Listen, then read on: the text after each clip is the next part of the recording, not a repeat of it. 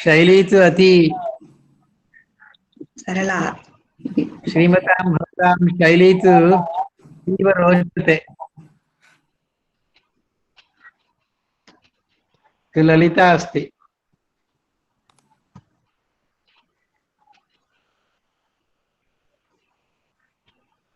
तस्कृत्य मुदम् अनुभवामि।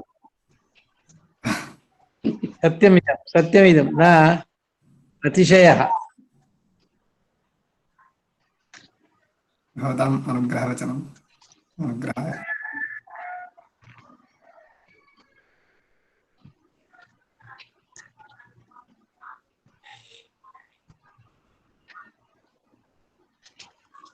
Almost 50 people have joined. Four, okay. 48. 51, sir. 50.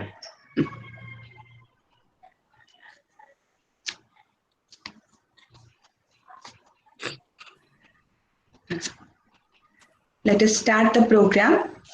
Good afternoon to one and all. This is the second day of our 10 days national online textual workshop on Brahma Sutra Shankara Bhashya. Today also we have Vidwan Karthik Sharma with us to explain in detail the topic Arambhana Adhikaranam. We wish, if time permits, he will present a gist of Vilakshanatva Adhikaranam also. On behalf of the online textile workshop on Brahma Sutra Shankara Bhashya, I extend a hearty welcome to you, sir.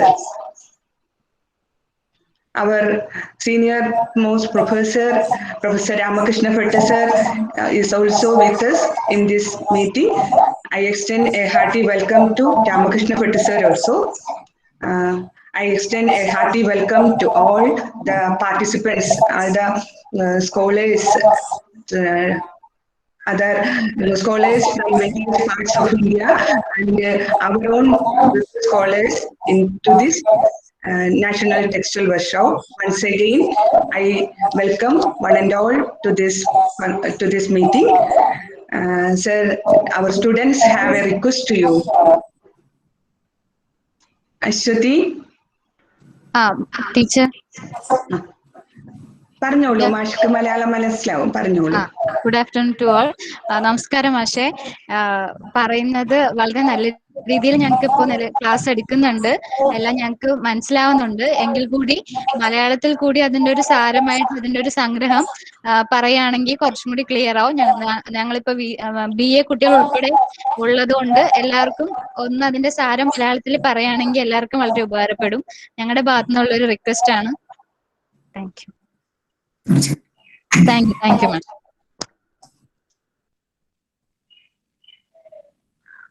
Over to you, sir. Sri ഗുരുഭ്യോ നമഃ.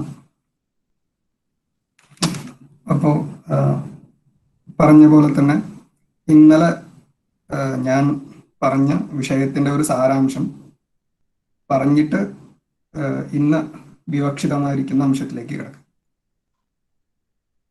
ഇന്നലെ പറഞ്ഞ വിഷയങ്ങളിൽ നമ്മൾ ആരംഭണാധികരണം തുടങ്ങി. അതിൽ ഞാൻ തുടക്കത്തിൽ പറഞ്ഞത് ഇങ്ങനെയാണ്: ഒരു ആക്ഷേപമുണ്ട്, ഈ ആക്ഷേപത്തെ ഒരു പൂർവപക്ഷത്തെ പരിഹരിക്കാൻ വേണ്ടിയിട്ട് ഇതിനു മുൻപത്തെ അധികരണത്തിൽ ഭോക്താപത്യധികരണത്തിൽ ഒരു സമാധാനം പറഞ്ഞു. പക്ഷെ അതൊരു വാസ്തവിക സമാധാനമല്ല, അത് ഒരു വ്യാവഹാരികമായിട്ടുള്ള ഒരു സമാധാനമാണ്. ശരിക്കുമുള്ള ആ ചോദ്യത്തിന്റെ സമാധാനം ഈ അധികരണത്തിലാണ് സൂത്രകാരൻ വിവക്ഷിച്ചിരിക്കുന്നത്. എന്താണ് ആക്ഷേപം എന്ന് ചോദിച്ചാൽ, ഭോഗ്യപ്രപഞ്ചവും ഭോക്തൃപ്രപഞ്ചവും ഇത് രണ്ടും ബ്രഹ്മത്തിൽ നിന്നും അഭിന്നമാണ് എന്നുണ്ടെങ്കിൽ, ബ്രഹ്മം എന്നുള്ള ഒരു വസ്തു എല്ലാത്തിനും ഉപാദാനമാണ് എന്നുണ്ടെങ്കിൽ, ഭോക്താവും ആ ബ്രഹ്മം തന്നെയാണ്, ഭോഗ്യവും ആ ബ്രഹ്മം തന്നെയാണ്. ഭോക്താവ് എന്ന് പറഞ്ഞാൽ സുഖത്തെയും ദുഃഖത്തെയും അനുഭവിക്കുന്ന ചേതനൻ ആയിട്ടുള്ള വ്യക്തിയെയാണ് ഭോക്താവ് എന്ന് പറയുന്നത്. ഈ ഭോക്താവ് എന്തൊരു വസ്തുക്കളെ ഉപയോഗിച്ചിട്ടാണോ തന്റെ സുഖത്തെയും അഥവാ ദുഃഖത്തെയും നേടുന്നത്, ദുഃഖത്തെ അയാൾ അറിഞ്ഞുകൊണ്ട് നേടുകയല്ല, പക്ഷെ എന്നാൽ പോലും നേടാണ്ട് നിവൃത്തിയില്ലല്ലോ. അപ്പോ എന്തൊക്കെ വസ്തുക്കളെ ഉപയോഗിച്ചുകൊണ്ടാണോ സുഖവും ദുഃഖത്തെയും ഒരു ഭോക്താവ് നേടുന്നത്, അതിനാണ് ഭോഗ്യം എന്ന് പറയുന്നത്. ഈ ബ്രഹ്മമാകുന്ന വസ്തു എല്ലാത്തിൽ നിന്നും അഭിന്നമാണ് എന്നുണ്ടെങ്കിൽ, ബ്രഹ്മം ഭോക്താവിൽ നിന്നും അഭിന്നമാണ്, ഭോഗ്യത്തിൽ നിന്നും അഭിന്നമാണ് എന്നുണ്ടെങ്കിൽ ഭോക്താവും ഭോഗ്യവും ഒന്ന് തന്നെയാകും. കാരണം ഇത് രണ്ടും ബ്രഹ്മത്തോട് അഭിന്നമാണ്. അങ്ങനെയാണ് എന്നുണ്ടെങ്കിൽ ഭോക്താവ് ഇത് ഭോഗ്യം എന്നിങ്ങനെയുള്ള ഭോക്തൃ ഭോഗ്യ വിഭാഗം ഉണ്ടാവുകയില്ലായിരുന്നു. പക്ഷെ അത് അനുഭവസിദ്ധമാണ്. അപ്പോൾ ആ വിഭാഗം തീർച്ചയായിട്ടും പ്രമാണങ്ങളെ കൊണ്ട് നിരൂപിക്കേണ്ടതായിരിക്കുന്നു. പക്ഷെ ഇത് നിരൂപിക്കാൻ സാധിക്കാത്ത ഒരവസ്ഥയിൽ അനുപപത്തി വരില്ലേ എന്നാണ് ചോദ്യം. ചോദ്യത്തിനൊരു സമാധാനം മുമ്പത്തെ അധികരണത്തിൽ പറഞ്ഞു. വേറെ ഒരു സമാധാനം അധികരണത്തിൽ പറയണത്. ഈ അധികരണത്തിൽ എങ്ങനെയാണ് സമാധാനം? വളരെ എളുപ്പമായിട്ട് ഈ പറഞ്ഞ ചോദ്യം ഇല്ല. കാരണം ഭോഗ്യം എന്നുള്ള വസ്തു തന്നെ മിഥ്യയാണല്ലോ. ഭോഗ്യം എന്നുള്ള വസ്തു മിഥ്യയാണ് എന്നുണ്ടെങ്കിൽ ജീവേശ്വര വിഭാഗവും ശരിക്കുമില്ല. ജീവേശ്വര വിഭാഗം പറയണമെന്നുണ്ടെങ്കിൽ ഔപാധികമായിട്ട് വേണ്ടേ പറയാൻ. അവിടെ ഉപാധി തന്നെ മിഥ്യയാണ്, മിഥ്യ തന്നെയാണ് എന്നിരിക്കെ ഇങ്ങനെ ഒരു ചോദ്യം തന്നെ വരുന്നില്ല. മിഥ്യാത്വത്തെ വ്യുത്പാദനം ചെയ്തുകൊണ്ടാണ് ഈ അധികരണത്തിന് സമാധാനം പറയുന്നത്. അതിൽ 7 സൂത്രങ്ങളാണ് ഈ അധികരണത്തിലുള്ളത്. അതില് ഞാൻ പറഞ്ഞ ഒരു അംശം ആദ്യത്തിൽ, ഇത് ഭാഷ്യത്തിൽ ഇല്ല എന്ന് പറഞ്ഞാൽ ഭാഷ്യം സൂക്ഷ്മ ദൃഷ്ട്യാ നോക്കിക്കഴിഞ്ഞാൽ മാത്രം മനസ്സിലാവുന്ന ഒരു വിഷയം എന്താണെന്ന് വെച്ചാൽ, അതായത് വ്യാഖ്യാനങ്ങളിലുള്ള വിഷയം തന്നെയാണ്, ഞാനായിട്ട് കൽപ്പിച്ച ഒരു വിഷയമല്ല. പക്ഷെ വ്യാഖ്യാനങ്ങൾ മനസ്സിലാക്കാൻ എന്താണെന്ന് വെച്ചാൽ, ഇവിടെ തദനന്യത്വം ആരംഭണ ശബ്ദാദിഭ്യ എന്നുള്ള ഈ സൂത്രം തദനന്യത്വം എന്നുള്ള അംശം കൊണ്ടാണ് ഈ എല്ലാ പ്രപഞ്ചവും മിഥ്യയാണ് എന്ന് പറയുന്നത്. എങ്ങനെയാണ് എന്ന് ചോദിച്ചാൽ, ഈ തദനന്യത്വം എന്നുള്ള ശബ്ദത്തിന്റെ അർത്ഥം എന്താണ് അവിടെ വിവക്ഷിച്ചിരിക്കുന്നത് എന്ന് ചോദിച്ചാൽ, തദന്യ സ്വീയ രൂപശൂന്യത്വേ സതി താദാത്മ്യം എന്നുള്ള മിഥ്യാത്വമാണ് ഇവിടെ വിവക്ഷിച്ചിരിക്കുന്നത്. തദന്യ സ്വീയ താത്വിക രൂപശൂന്യത്വേ സതി താദാത്മ്യം, ഇതാണ് മിഥ്യാത്വം. ഇതെങ്ങനെയാണ് മിഥ്യാത്വമാകുന്നത് എന്ന് മനസ്സിലാക്കാൻ വേണ്ടിയിട്ട് ഞാൻ ആദ്യം ദൃഷ്ടാന്തത്തിൽ പറയുകയുണ്ടായി. നമുക്ക് രജ്ജുവിൽ ഒരു സർപ്പഭ്രമം ഉണ്ടാവുകയാണ് എന്നുണ്ടെങ്കിൽ ആ ഉണ്ടാകുന്ന സർപ്പത്തിന്റെ ഭ്രമം ഉണ്ടല്ലോ, അപ്പൊ ആ സർപ്പം എന്നുള്ള വസ്തു തൻ്റെതായിട്ടുള്ള ഒരു നിലനിൽപ്പില്ല ആ സർപ്പത്തിന്. പിന്നെയോ ആ രജ്ജു അവിടെ ഉണ്ട്, ആ കയർ അവിടെ ഉണ്ട് എന്നുള്ളത് കൊണ്ടാണ് അവിടെ സർപ്പത്തിന്റെ അറിവ് നമുക്ക് ഉണ്ടാവുന്നത്, തെറ്റായിട്ടുള്ള അറിവ്. അപ്പൊ ആ അറിവിന്, തെറ്റായിട്ടുള്ള അറിവിന് വിഷയമായിരിക്കുന്ന സർപ്പത്തിന് തൻ്റെതായിട്ടുള്ള ഒരു നിലനിൽപ്പില്ലാത്തത് കൊണ്ട് തന്നിൽ നിന്നും വ്യതിരിക്തമായിട്ടുള്ള ആ രജ്ജുവിന്റെ തന്നെ നിലനിൽപ്പാണ് ആ സർപ്പത്തിനുള്ളത്. ആ രജ്ജു ഇല്ലായിരുന്നുണ്ടെങ്കിൽ ആ സർപ്പം അവിടെ ഉണ്ട് എന്ന് തോന്നുമായിരുന്നില്ല. അപ്പോ തന്നിൽ നിന്നും വ്യതിരിക്തമായിട്ടുള്ള, രജ്ജുവിൽ നിന്ന് വ്യതിരിക്തമായിട്ടൊരു താത്വികമായിട്ടുള്ള സ്വരൂപം സർപ്പത്തിനില്ല എന്ന് മാത്രമല്ല, ഈ സർപ്പം തന്നെയാണ്, ഈ സർപ്പം ആ രജതം, ആ രജ്ജു തന്നെയാണ്, കയറ് തന്നെയാണ് എന്നിങ്ങനെ പ്രതീതി പിന്നീട് ഉണ്ടാവുന്നു എന്നുള്ളത് കൊണ്ട് ഇതിന് രണ്ടിനും അഭേദവും ഉണ്ട്. അഭേദം എന്ന് പറഞ്ഞാൽ താദാത്മ്യം. അപ്പോ ഈ സർപ്പത്തില് രജ്ജു താദാത്മ്യവും ഉണ്ട്, രജ്ജുവിൽ നിന്ന് വ്യതിരിക്തമായിട്ട് വേറൊരു താത്വിക രൂപം ഇല്ലതാണ്. അപ്പോ എന്താണ് ഈ സർപ്പത്തിലുള്ളത്? തദന്യ സ്വീയ താത്വിക രൂപ താദാത്മ്യവും ഉണ്ട്. ഇതിനെ തന്നെയാണ് എന്ത് പറയുന്നത്? മിഥ്യാത്വം എന്ന് പറയുന്നത്. അപ്പോ സർപ്പത്തിൽ മിഥ്യാത്വം ഉണ്ട്. ഇതേപോലെ ഈ കാണുന്ന ആകാശാദി പ്രപഞ്ചത്തിലും മിഥ്യാത്വം ഉണ്ട്. എങ്ങനെയാണോ രജ്ജുവിൽ കാണപ്പെടുന്ന സർപ്പം മിഥ്യയാകുന്നത്, അതേപോലെ തന്നെ ഈ ബ്രഹ്മത്തിൽ കാണപ്പെടുന്ന ഈ ജഗത്തെല്ലാം തന്നെ മിഥ്യയാണ്. എന്താണ് അതിന് ഹേതു എന്ന് ചോദിച്ചാൽ പറയുകയാണ് സൂത്രകാരൻ, ആരംഭണ ശബ്ദാദിഭ്യ എന്ന്. ഉപനിഷത്തില് ആരംഭണ ശബ്ദം എന്നിങ്ങനെ കേൾക്കുന്നുണ്ട്. യഥാ സൗമ്യ ഏകേന മൃത്പിണ്ഡേന സർവം മൃന്മയം വിജ്ഞാതം സ്യാത് വാചാരംഭണം വികാരോ നാമധേയം മൃത്തികേത്യവ സത്യം എന്നിങ്ങനെ ശ്രുതിയിൽ ആരംഭണ ശബ്ദം പ്രയോഗിച്ചതായി കാണുന്നുണ്ട്, നാമധേയ ശബ്ദം എന്നിങ്ങനെ പ്രയോഗിച്ചതായിട്ട് കാണുന്നുണ്ട്. അപ്പൊ ഈ ശബ്ദങ്ങളൊക്കെ ലോകത്ത് പ്രയോഗിക്കുകയാണ് എന്നുണ്ടെങ്കിൽ അത് മിഥ്യാത്വത്തെ സൂചിപ്പിക്കാൻ വേണ്ടിയാണ് എന്ന് സ്പഷ്ടം പറയാം. കാരണം നോക്കൂ, ഈ ഒരു വസ്തു വെറും പറച്ചിൽ മാത്രമാണ്, ഇത് വെറും പറച്ചിൽ മാത്രമാണ്, അല്ലെങ്കിൽ ഇത് വെറും നാമ മാത്രമാണ് എന്നിങ്ങനെയൊക്കെ വ്യവഹാരം ലോകത്തിൽ നമ്മൾ ചെയ്യുമ്പോൾ അതിനർത്ഥം എന്താണ്? ഇത് വെറും ഒരു പറച്ചിൽ, വെറും ഒരു കഥനം മാത്രമാണ്, ഈ കഥനത്തിനൊരു അർത്ഥമില്ല എന്നാണ് അതിനർത്ഥം. അതായത് കഥിതമായിട്ടുള്ള വസ്തു പിന്നെ ശരിക്കുമുള്ള നിലനിൽപ്പില്ല, അതായത് കഥിതമായിട്ടുള്ള വസ്തു മിഥ്യയാണ് എന്നർത്ഥം. അപ്പോ ഇക്കാണുന്ന വികാരങ്ങളെല്ലാം വാചാരംഭണങ്ങളാണ് എന്ന് പറഞ്ഞാലോ ഇതെല്ലാം മിഥ്യയാണ് എന്ന് ബോധിപ്പിക്കാൻ ഉപനിഷത്തിന് താല്പര്യമുണ്ട് എന്ന് നമ്മൾ മനസ്സിലാക്കുന്നു. അതുകൊണ്ട് ഇക്കാണുന്ന പ്രപഞ്ചമെല്ലാം മിഥ്യയാണ് ആരംഭണ ശബ്ദാദിഭ്യ എന്നിങ്ങനെ ആദ്യം തന്നെ സൂത്രാർത്ഥത്തെ സംക്ഷിപ്തമായിട്ട് പറഞ്ഞു. അതിനുശേഷം ഭേദാഭേദ മതത്തിലുള്ള ഒരു ശങ്ക വന്നു. ഭേദാഭേദ മതം എങ്ങനെയാണ് അവർ പറയുന്നത് എന്ന് ചോദിച്ചാൽ, ഈ ബ്രഹ്മം എന്നുള്ളത് അദ്വിതീയവുമാണ്. അദ്വിതീയം എന്ന് പറഞ്ഞാലോ ബ്രഹ്മം മാത്രമാണ് സത്യം, ബ്രഹ്മ വ്യതിരിക്തമായിട്ടുള്ള എല്ലാ വസ്തുവും മിഥ്യയാണ് എന്ന് പറയുന്നതിനെയാണ് അദ്വിതീയം എന്ന് പറയുന്നത്. അദ്വിതീയത്വം ബ്രഹ്മണ എന്ന് പറഞ്ഞാൽ എന്താണ്? ബ്രഹ്മം തന്നെയാണ് സത്യം എന്നുള്ള ഒരു അംശം കിട്ടി, ബ്രഹ്മ വ്യതിരിക്തമെല്ലാം മിഥ്യയാണ് എന്നുള്ള അംശവും കിട്ടി. ഇത് വെച്ചിട്ടാണ് അദ്വിതീയത്വം എന്ന് പറയുന്നത്. അപ്പൊ ചില വാദികൾ എന്താണ് പറയുന്നത്? ബ്രഹ്മ അദ്വിതീയമാണ്, അദ്വിതീയത്വവും ബ്രഹ്മത്തിലുണ്ട്, അതേ സമയത്ത് തന്നെ ഈ കാണുന്ന പ്രപഞ്ചവും ഉണ്ട് എന്ന് പറയണം എന്ന് ചില വാദം. ഇതിനെയാണ് ഭേദാഭേദ മതം എന്ന് പറയുന്നത്. രണ്ടും ഏകത്വവും ശരിയാണ്, നാനാത്വവും ശരിയാണ്. ഇതുപോലെ വൃക്ഷത്തെ പോലെ, സമുദ്രത്തെ പോലെ, അതേപോലെ മൃത്തിനെ പോലെ എന്നിങ്ങനെ 3 ദൃഷ്ടാന്തങ്ങൾ പറഞ്ഞു. ഈ സമുദ്രാത്മന ഒന്നാണെങ്കിൽ പോലും ഭേനവീചി തരംഗാദ്യാത്മന അനേക രൂപമാണ് എന്നിങ്ങനെ പറയുന്നുണ്ടല്ലോ, അതേപോലെ ഇതും അനേക രൂപമാണ് എന്നിങ്ങനെ പറയാൻ സാധിക്കുമല്ലോ എന്നാണ് ഭേദാഭേദ മതം. അതേപോലെ തന്നെ മൃദ്രൂപേണ ഒന്നാണെന്നുണ്ടെങ്കിലും ഘടശരാവാദി രൂപേണ വേറെ വേറെയായിട്ട് കാണുന്നുണ്ട്. അതേപോലെ ഈ ബ്രഹ്മവും ഒന്നാണെങ്കിൽ കൂടി അതിങ്ങനെ ഘടപടാദി പ്രപഞ്ച രൂപേണ വേറെ വേറെ ആയിട്ടും കണ്ടുകൊള്ളട്ടെ, അതും സത്യമാണ് എന്ന് അംഗീകരിക്കാമല്ലോ.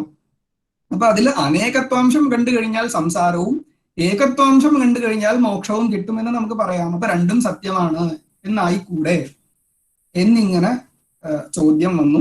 ആ ചോദ്യത്തിന് സമാധാനം പറയാൻ വേണ്ടിയിട്ട് ഭാഷ്യകാരൻ 7 യുക്തികളാണ് പറഞ്ഞിരിക്കുന്നത്. 7 യുക്തികൾ ഞാൻ നിർദ്ദേശം ചെയ്യാം, വിശിഷ്യ വ്യാഖ്യാനിക്കുന്നില്ല സമയപരിമിതി ഉള്ളതുകൊണ്ട്. അതിൽ ആദ്യത്തെ യുക്തി എന്താണെന്ന് ചോദിച്ചാൽ, ഈ ബ്രഹ്മം എന്നുള്ള വസ്തുവിനെ നിർണയിക്കാൻ വേണ്ടി ഉപനിഷത്ത് പറഞ്ഞ ദൃഷ്ടാന്തത്തില് എന്തൊരു വസ്തുവാണ് സത്യമാണ് എന്ന് പറഞ്ഞത്? പ്രകൃതി മാത്രമാണ് സത്യമാണ് എന്ന് പറഞ്ഞത്. അപ്പൊ അങ്ങനെയുള്ള ദൃഷ്ടാന്തത്തെ കൊണ്ട് ബ്രഹ്മത്തെ നിരൂപിക്കുമ്പോൾ ദാർഷ്ടാന്തികമാകുന്ന ബ്രഹ്മവും സത്യമാണ് എന്ന് തന്നെ വന്നു ചേരുന്നു എന്നാണ് ആദ്യത്തെ യുക്തി. രണ്ടാമത്തെ യുക്തി എന്താണ് എന്ന് ചോദിച്ചാൽ, ദൃഷ്ടാന്തത്തില് വാചാരംഭണം വികാരോ നാമധേയം എന്ന് സ്പഷ്ടം വികാരം മിഥ്യയാണ് എന്ന് പറഞ്ഞു. അങ്ങനെയാണെങ്കിൽ അങ്ങനെയുള്ള ദൃഷ്ടാന്തത്തെ കൊണ്ട് നിരൂപിക്കപ്പെടുന്ന ദാർഷ്ടാന്തികത്തിലുള്ള ആകാശാദി പ്രപഞ്ചവും മിഥ്യയാണ് എന്ന് വന്നു ചേരണം. അതുകൊണ്ടാണല്ലോ ഇങ്ങനെയുള്ള ദൃഷ്ടാന്തം പറയണത് ശ്രുതി. അപ്പൊ ഇങ്ങനെയുള്ള ദൃഷ്ടാന്തം കാണിച്ചുകൊണ്ട് ശ്രുതി പറയുന്നു എന്നുണ്ടെങ്കിൽ ഈ ഒരു താത്പര്യമാണ് ശ്രുതിക്ക് വിവക്ഷിതമായി, ഈ ഒരു അർത്ഥമാണ് ശ്രുതിക്ക് വിവക്ഷിതമായിട്ടുള്ളത് എന്ന് നമ്മൾ അംഗീകരിക്കേണ്ടതായിട്ടിരിക്കുന്നു. അതിൽ മൂന്നാമത്തത് എന്താണ് എന്ന് ചോദിച്ചാൽ, ഈ മൂന്നാമത്തെ യുക്തി ഇനിയിപ്പോ ദൃഷ്ടാന്തത്തിലേക്ക് നോക്കണ്ട, സാക്ഷാത് ദാർഷ്ടാന്തികത്തിലേക്ക് തന്നെ വരൂ. സാക്ഷാത് സ്പഷ്ടമായിട്ട് ശ്രുതി പറയുന്നുണ്ട്, ഐതദാത്മ്യം ഇതം സർവം തത് സത്യം സ ആത്മാ എന്ന്. അപ്പൊ ദാർഷ്ടാന്തികത്തിൽ ബ്രഹ്മത്തെയും പ്രകൃതിയെയും അതിന്റെ വികാരത്തെയും മുൻനിർത്തിക്കൊണ്ട് ഈ പ്രകൃതി മാത്രമാണ് സത്യം എന്നാണ് പറയുന്നത് ശ്രുതി എന്നുള്ളത് കൊണ്ട് അവിടെ പ്രകൃതിയാകുന്ന ബ്രഹ്മം മാത്രമാണ് സത്യം, മറ്റെല്ലാം മിഥ്യയാണ് എന്ന് അംഗീകരിക്കണം എന്ന് പറയുന്നു. മറ്റൊന്ന് എന്താണെന്ന് ചോദിച്ചാൽ, ശാരീരസ്യ ബ്രഹ്മഭാവോപദേശം, ജീവൻ ഈശ്വരൻ തന്നെയാണ്, ബ്രഹ്മം തന്നെയാണ് എന്ന് തത്വമസി എന്നുള്ള വാക്യം ബോധിപ്പിക്കുന്നുണ്ടല്ലോ. അപ്പൊ ജീവേശ്വര അഭേദം പറയുന്നുണ്ട് എന്നുണ്ടെങ്കിൽ തീർച്ചയായിട്ടും പ്രപഞ്ചം മിഥ്യയാണ് എന്ന് പറയണം. കാരണം നോക്കൂ, ജീവൻ സംസാരിയാണ് എന്ന് നമുക്കറിയാം. അപ്പൊ സംസാരിയാകുന്ന ജീവൻ ഈശ്വരൻ തന്നെയാണ് എന്നുണ്ടെങ്കിൽ, ആ സംസാരം സത്യമാണ് എന്നുണ്ടെങ്കിൽ ഈശ്വരനും സംസാരിയാണ് എന്ന് നമ്മൾ അംഗീകരിക്കണം. കാരണം സംസാരിയാകുന്ന ജീവനിൽ നിന്നും അഭിന്നമാണ് ഈശ്വരൻ എന്നുണ്ടെങ്കിൽ ഈശ്വരനും സംസാരിയാണല്ലോ. പക്ഷെ അങ്ങനെ അവൻ നിർവാഹമില്ല. ഈശ്വരൻ അസംസാരിയായിട്ടാണ് ഉപനിഷത്തുക്കളിൽ സ്പഷ്ടമായിട്ട്, അത് എല്ലാ ദാർശനികന്മാർക്കും സമ്മതമായിട്ടുള്ള ഒരു കാര്യമാണ്. അപ്പോ അസംസാരിയാകുന്ന ഈശ്വരനോട് അഭിന്നമാണ് ജീവൻ എന്ന് ശ്രുതി പറയുന്നുണ്ട് എന്നുണ്ടെങ്കിൽ എന്താണ് അവിടെ താല്പര്യമുള്ളത്? അവിടെ സംസാരം എന്നുള്ളത് മിഥ്യയാണ്. നിങ്ങളുടെ സംസാരം മാറിയാൽ പിന്നെ നിങ്ങളുടെ സ്വരൂപം ഈശ്വര സ്വരൂപം തന്നെയാണ് എന്നല്ലേ അർത്ഥം. അങ്ങനെയാണ് എന്നുണ്ടെങ്കിൽ അവിടെ സംസാരവും മിഥ്യയാണ് എന്ന് പറയണം. അതേപോലെ തസ്കര ദൃഷ്ടാന്തം പറഞ്ഞു കഴിഞ്ഞാൽ അതിൽ നാനാത്വാംശം അറിയുന്നവനെ ശ്രുതി തസ്കരനെ പോലെ നിന്ദിക്കുന്നു. അമൃതം പറയുന്ന വ്യക്തിയെ പോലെ ബ്രഹ്മത്തിലുള്ള നാനാത്വാംശത്തെ അറിയുന്ന വ്യക്തിയെ കള്ളം പറയുന്ന വ്യക്തിയോട് കൂടി ഉപമിച്ച് നിന്ദിക്കുന്നു എന്നുള്ളത് കൊണ്ട് നമുക്ക് എന്ത് മനസ്സിലാക്കാം? ആ നാനാത്വാംശം മിഥ്യയായിട്ടാണ് ഇവിടെ ശ്രുതി പറയാൻ വിവക്ഷിച്ചിരിക്കുന്നത് എന്ന് മനസ്സിലാക്കാം. പിന്നെ ഭേദദൃഷ്ട്യപവാദം, അതായത് ഭേദദർശനത്തെ വളരെ സ്പഷ്ടമായിട്ട് മൃത്യോസ്സ മൃത്യുമാപ്നോതി ഇഹ നാനേവ പശ്യതി, ഇതില് ബ്രഹ്മത്തിൽ നാനാത്വാംശം പറയുകയാണ് എന്നുണ്ടെങ്കിൽ ഒരു വ്യക്തി മരണത്തിൽ നിന്നും വീണ്ടും മരണത്തിലേക്ക് പോകുന്നു എന്നിങ്ങനെ അയാളെ നിന്ദിക്കുന്നു. അപ്പൊ നിന്ദ എന്ത് കാണിക്കുന്നു? അവിടെ താല്പര്യം ഇല്ല എന്ന് കാണിക്കുന്നു. അപ്പൊ നാനാത്വാംശം ശ്രുതിക്ക് താല്പര്യ വിഷയീഭൂതമല്ല. അപ്പൊ അത് മിഥ്യയാവാനേ നിർവാഹമുള്ളൂ. ഏറ്റവും അവസാനത്തെ യുക്തിയാണ് ജ്ഞാനനിവർത്യത്വം. അതായത് ഈ കാണുന്ന പ്രപഞ്ചങ്ങളെല്ലാം ജ്ഞാനത്താൽ നിവർത്തിക്കപ്പെടുന്നു, അതുകൊണ്ട് എന്ത് വേണം? തീർച്ചയായിട്ടും മിഥ്യയാകണം, സത്യമാകാൻ സാധ്യതയില്ല. ഇതുപോലെ നോക്കൂ, കയറില് ഒരു രജ്ജുവില് സർപ്പഭ്രമം വന്നതിന് ശേഷം ആ സർപ്പം എപ്പോഴാണ് നശിക്കുക? അറിവിനെ കൊണ്ടാണ് നശിക്കുക. എന്തിന്റെ അറിവ്? രജ്ജുവിന്റെ അറിവ്. അപ്പൊ അറിവിനെ കൊണ്ട് ഒരു വസ്തു നശിക്കുകയാണ് എന്നുണ്ടെങ്കിൽ ആ വസ്തു തീർച്ചയായിട്ടും മിഥ്യയാവാനേ വഴിയുള്ളൂ. ബാക്കി വേറെ എന്തെങ്കിലും ഒരു വസ്തുവിനെ കൊണ്ട് നശിച്ചാൽ അത് മിഥ്യയാവണമെന്ന് പറയാൻ നിർവാഹമില്ല എന്നുണ്ടെങ്കിൽ പോലും ഒരു വസ്തു അറിവിനെ കൊണ്ട് നശിക്കുകയാണ് എന്നുണ്ടെങ്കിൽ അത് മിഥ്യയാവാനേ വഴിയുള്ളൂ. ഇവിടെയും ഈ പ്രപഞ്ചം ബ്രഹ്മജ്ഞാനം കൊണ്ട് നിവർത്തിക്കുന്നു എന്ന് അംഗീകരിക്കേണ്ടതായിട്ടുണ്ട് എന്നുള്ളത് കൊണ്ട് ഇതെല്ലാം മിഥ്യയാണ് എന്ന് അംഗീകരിക്കണം. എന്നിങ്ങനെ 7 യുക്തികൾ. ഇതിനുശേഷം പറഞ്ഞിരിക്കുന്നത് 4 ആക്ഷേപങ്ങളാണ് ചെയ്തത്. എന്താണ് 4 ആക്ഷേപങ്ങൾ ചെയ്തത് എന്ന് ചോദിച്ചാൽ, ഈ കാണുന്ന പ്രപഞ്ചമെല്ലാം മിഥ്യയായിരുന്നു എന്നുണ്ടെങ്കിൽ പ്രത്യക്ഷാദി പ്രമാണങ്ങൾ പ്രവർത്തിക്കുമായിരുന്നില്ല. കാരണം പ്രത്യക്ഷാദി പ്രമാണങ്ങൾ നമുക്ക് ഭോഗ്യമായിട്ടുള്ള വസ്തുജാതത്തെ കാണിച്ചു തരുന്നുണ്ട്. ഇതൊക്കെ മിഥ്യയാണ് എന്നുണ്ടെങ്കിൽ എങ്ങനെ പ്രമാണം പ്രവർത്തിക്കും? അതേപോലെ വിധി പ്രതിഷേധ ശാസ്ത്രങ്ങൾ പ്രവർത്തിക്കില്ല വേദത്തില്. കാരണം വേദവാക്യങ്ങൾ എന്താണ് ചെയ്യുന്നത്? നീ ഒരു ഇന്ന സ്വർഗം എന്നുള്ള ഫലത്തെ ആഗ്രഹിക്കുന്നുണ്ട് എന്നുണ്ടെങ്കിൽ ഈ സമയത്ത് ഈ യാഗം ചെയ്യ്, ആ യാഗത്തിൽ ഈ ദ്രവ്യത്തെ അവിടെ ഹോമിക്കണം എന്നിങ്ങനെ വേദവാക്യം പറയുന്നുണ്ട്. അപ്പൊ നോക്കൂ, സ്വർഗം, കർത്താവിന് ഒരു ദധി പോലെ ഒരു കരണം, ഒരു യാഗം. അപ്പൊ ഈ വസ്തുക്കളെല്ലാം അംഗീകരിച്ചാൽ മാത്രമല്ലേ വേദവാക്യത്തിന് ഇങ്ങനെയൊക്കെ പറയാൻ സാധിക്കുള്ളൂ. ഇക്കാണുന്ന വസ്തുക്കളെല്ലാം മിഥ്യയാണ് എന്നുണ്ടെങ്കിൽ വിധി ശാസ്ത്രവും നിഷേധശാസ്ത്രവും ഒക്കെ എങ്ങനെ പ്രവർത്തിക്കും എന്ന് 2ാമത്തെ ചോദ്യം. 3ാമത്തെ ചോദ്യം, മോക്ഷശാസ്ത്രത്തിനും പ്രവൃത്തി ഉണ്ടാവില്ല. കാരണം മോക്ഷശാസ്ത്രം ഭേദം അംഗീകരിച്ചാലേ പറ്റുള്ളൂ. ഗുരു വേറെ ഒരു വ്യക്തി, തന്നിൽ നിന്ന് വ്യതിരിക്തനായിട്ടുള്ള ശിഷ്യൻ തന്റെ മുന്നിൽ ഇരിക്കുന്നു, ആ ശിഷ്യന് വേണ്ടി ഞാൻ ഉപദേശം ചെയ്യുന്നു എന്നിങ്ങനെ ഭാവന കൊണ്ടാണല്ലോ ഇതൊക്കെ നടക്കുന്നത്. അപ്പോ മോക്ഷശാസ്ത്രം പ്രവർത്തിക്കാൻ വേണ്ടിയിട്ടും ഇത് വേണ്ടേ എന്നുള്ള ചോദ്യം. ആ ചോദ്യത്തിനും ഇതേപോലെ തന്നെ ഇത് 3ാമത്തെ ആക്ഷേപം. 4ാമത്തെ ആക്ഷേപം എന്താണ് എന്ന് ചോദിച്ചാൽ, എല്ലാം മിഥ്യയാണ് എന്ന് അംഗീകരിക്കുന്നുണ്ട് എന്നുള്ളത് കൊണ്ട് ഉപനിഷത്തുക്കളും മിഥ്യാവാനേ തരമുള്ളൂ. അപ്പൊ ഉപനിഷത്തിൽ നിന്നുണ്ടാകുന്ന ബ്രഹ്മജ്ഞാനവും മിഥ്യയാണ് എന്ന് വേണ്ടേ പറയാം എന്നിങ്ങനെ ചോദ്യം. ഈ 4 ചോദ്യങ്ങൾക്കും സമാധാനം പറയുകയുണ്ടായി. അങ്ങനെയല്ല, അങ്ങനെ ഒരു നിയമങ്ങളൊന്നുമില്ല. ആദ്യത്തെ 3 ചോദ്യങ്ങൾക്കും ഒറ്റ സമാധാനമാണ്. കാരണം വ്യാവഹാരിക സത്യത്വം അംഗീകരിക്കുന്നുണ്ട് എന്ന് പറഞ്ഞിട്ട് 3 ചോദ്യങ്ങൾക്കും സമാധാനം പറഞ്ഞു. 4ാമത്തെ ചോദ്യത്തിന് എന്താണ് ചെയ്തതെന്ന് ചോദിച്ചാൽ, നിങ്ങൾ പറയുന്ന നിയമമൊന്നുമില്ല, ആ നിയമം ശരിയല്ല, അസത്യത്തിൽ നിന്ന് പോലും സത്യപദാർത്ഥം ഉണ്ടാകുന്നതായിട്ട് കാണുന്നുണ്ട്, അസത്യമാകുന്ന വസ്തു പോലും സത്യപദാർത്ഥത്തിന്റെ അറിവിനെ ഉണ്ടാക്കുന്നതായിട്ട് കാണുന്നുണ്ട് എന്നിങ്ങനെ ഇന്നലെ പറഞ്ഞ ദൃഷ്ടാന്തങ്ങളൊക്കെ ഓർക്കണം. അങ്ങനെ പറഞ്ഞിട്ട് ആ അവസാനത്തെ ചോദ്യത്തിനും ഉത്തരം പറഞ്ഞു. എന്നിങ്ങനെ 4 ചോദ്യങ്ങൾക്കും ഉത്തരം പറഞ്ഞു. അത് കഴിഞ്ഞിട്ട് ബ്രഹ്മം എന്നുള്ളത് ഒരു പരിണാമിയാണ് എന്നുള്ള ആക്ഷേപം വന്നു. ബ്രഹ്മം പരിണാമിയാണ്, പരിണമിക്കുന്നു ബ്രഹ്മം എന്നിങ്ങനെ പറയണം. അപ്പോ അതിനുള്ള സമാധാനം പറഞ്ഞു, അങ്ങനെ പറയാൻ പറ്റില്ല. കാരണം ബ്രഹ്മം കൂട്ടസ്ഥമാണ്, കൂട്ടസ്ഥ നിത്യത്വം ബ്രഹ്മത്തിന് ഉണ്ട് എന്ന ഉപനിഷത്തുക്കളിൽ നിന്നും മനസ്സിലായിട്ടുണ്ട് എന്നുള്ളത് കൊണ്ട് ഈ ബ്രഹ്മം പ്രപഞ്ചാകാരേണ പരിണമത എന്ന് നമുക്ക് ഒരിക്കലും അംഗീകരിക്കാൻ സാധിക്കില്ല എന്നിങ്ങനെ ആ വിഷയവും കഴിഞ്ഞു. അത് കഴിഞ്ഞിട്ട് ഈ ആരംഭണാധികരണത്തിൽ ഈ കാണുന്ന പ്രപഞ്ചമെല്ലാം മിഥ്യയാണ് എന്ന് നമ്മൾ പറയുകയാണ് എന്നുണ്ടെങ്കിൽ ജന്മാദ്യധികരണത്തിൽ പറഞ്ഞ വിഷയത്തോട് വൈരുദ്ധ്യം വന്നു ചേരില്ല എന്നുള്ളൊരു ചോദ്യം. കാരണം ജന്മാദ്യധികരണത്തിൽ സർവജഗത്കാരണത്വം ബ്രഹ്മണ അസ്തി എന്നിങ്ങനെ പറഞ്ഞു.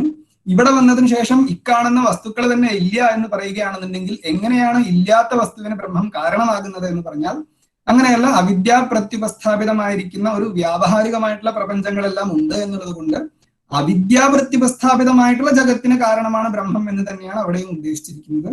അതുകൊണ്ട് യാതൊരു വൈരുദ്ധ്യവും വന്നു ചേരുന്നില്ല എന്നിങ്ങനെയുള്ള ആക്ഷേപത്തിനും കൂടി മറുപടി പറഞ്ഞുകൊണ്ട് തദന്യത്വം ആരംഭണ ശബ്ദാദിഭ്യ എന്നുള്ള ആദ്യത്തെ സൂത്രത്തിന്റെ അർത്ഥം അത് നമ്മൾ നോക്കി. ഇതാണ് ഇന്നലെ പറഞ്ഞതിന്റെ സാരാംശം. ഒരു സമയപരിധി ഉള്ളതുകൊണ്ട് ഇത്രയും പറഞ്ഞ് അവസാനിപ്പിച്ച് ഇന്ന് വിവക്ഷിതമായിട്ടുള്ള വിഷയത്തിലേക്ക് കടക്കണം. നിർദ്ദേശമനുസരിച്ച് സംസ്കൃതത്തിൽ തന്നെ തുടരാനാണ് നിർദ്ദേശം. അപ്പോൾ സംസ്കൃതത്തിൽ തന്നെ പറയും. ശ്രീ ഗുരുഭ്യോ നമഃ. പുനശ്ച സർവസഭായാം വിദ്യമാനാൻ സർവാൻ അധ്യാപകാൻ ഛാത്രാൻ അന്യാൻ ശ്രോതॄൻ വിശിഷ്യ രാമകൃഷ്ണഭട്ടാൻശ്ച അഭിവന്ദ്യ അനുമത്യ അഗ്രേ ആരഭ്യത്തെ. द्वितीयं सूत्रं भावे च उपलब्धेः इति सूत्रम्.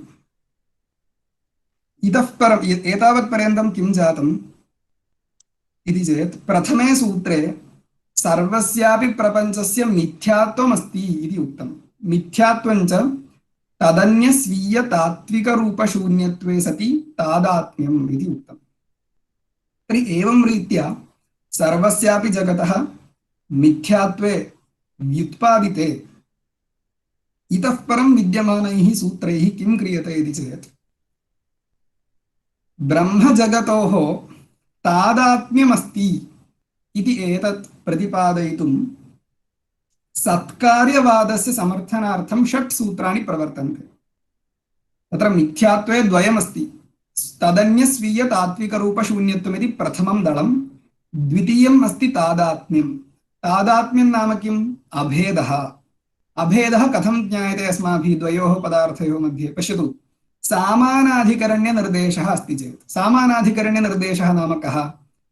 मृत् घट एव, पटः तन्तुरेव, आभरणं सुवर्णमेव इत्यादि प्रतीतिः यदि वर्तते तर्हि तत्र उपादान उपादेययोः मध्ये अभेदः अस्ति, तादात्म्यम् अस्ति इत्येतदस्माभिः निर्धारयितुं शक्यते. एवमेव अत्र जगत् यद्वर्तते, ब्रह्म च यद्वर्तते, अनयोः मध्ये परस्परं तादात्म्यम् अस्ति इत्येतत् साधयितुम् अत्र सत्कार्यवादः इत्युक्ते कार्यं घटोत्पत्तेः प्राक् सदैव इत्येवं रीत्या सत्कार्यवादं तत्र तादात्म्यं च वर्तते इत्येतत् प्रतिपाद्य अनयोः तादात्म्यमस्ति इत्येतत् प्रतिपाद्यते. तत्र आदिमं सूत्रमस्ति, तत्र द्वितीयं सूत्रमस्ति भावे च उपलब्धेः. तर्हि भावे च उपलब्धेः इति सूत्रेण किम् उच्यते? द्वयोः वस्तुनोः ब्रह्म जगतोः किमस्ति? परस्परं तादात्म्यमस्ति, अनन्यत्वमस्ति इत्येतदुच्यते. कथं? तत्र भाष्यकारः वदति, इतश्च कारणात् अनन्यत्वं कार्यस्य यत्कारणं भावे एव कारणस्य कार्यम् उपलभ्यते न अभावे. तद्यथा सत्यामृति घटः उपलभ्यते सत्सु च तन्तुषु पटः न च नियमेन अन्यभावे अन्यस्य उपलब्धिः दृष्टा इति. द्वयोः पदार्थयोः मध्ये एकस्य पदार्थे एव अपरस्य पदार्थस्य उपलब्धिश्चेत् तयोः द्वयोः वस्तुनः मिथः तादात्म्यमस्ति इत्येतदस्माभिः निर्धार्यते. उदाहरणार्थं किं? मृद्घटयोः मिथः तादात्म्यमस्ति. घटः कदा उपलभ्यते?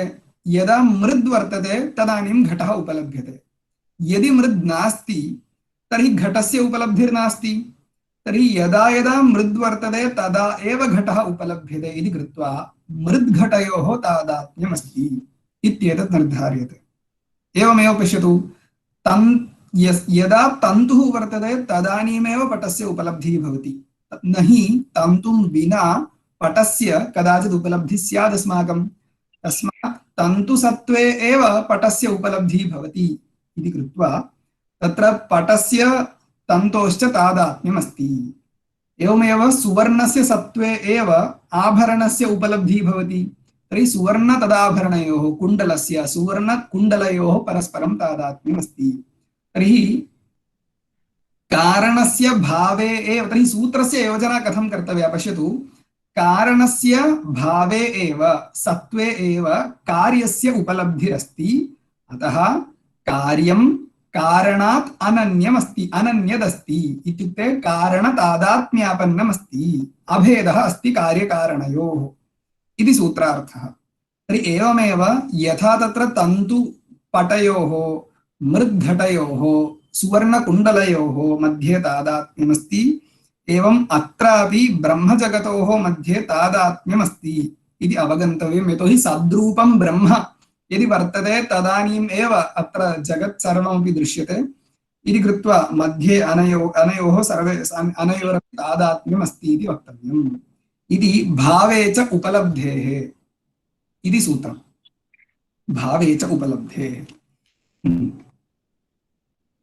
अनन्तरं तत् अस्यैव सूत्रस्य द्वितीयं व्याख्यानम् इत्युक्ते पाठभेदानुसारेण व्याख्यानं भाष्यकारैः कृतमस्ति। भावे च उपलब्धेः इत्यस्य स्थाने भाष्यकारैः भावात् च उपलब्धेः इत्यपि सूत्रपाठः दृष्टः अस्ति।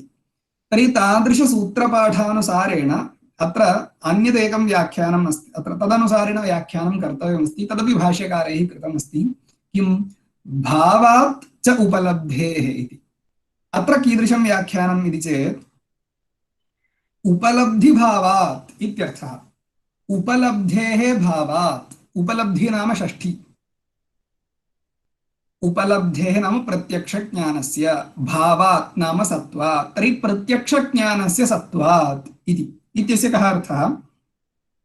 पूर्वस्मिन् सूत्रे तदनन्यत्वम् आरम्भणशब्दादिभ्यः इति सूत्रे आरम्भणशब्दात् मिथ्यात्वमस्ति इति उक्तम्। इदानीम् अत्र प्रत्यक्षप्रमाणात् एव अनयोः परस्परं तादात्म्यमस्ति, अतः मिथ्यात्वमस्ति इति वक्तुं शक्यते इति उच्यते।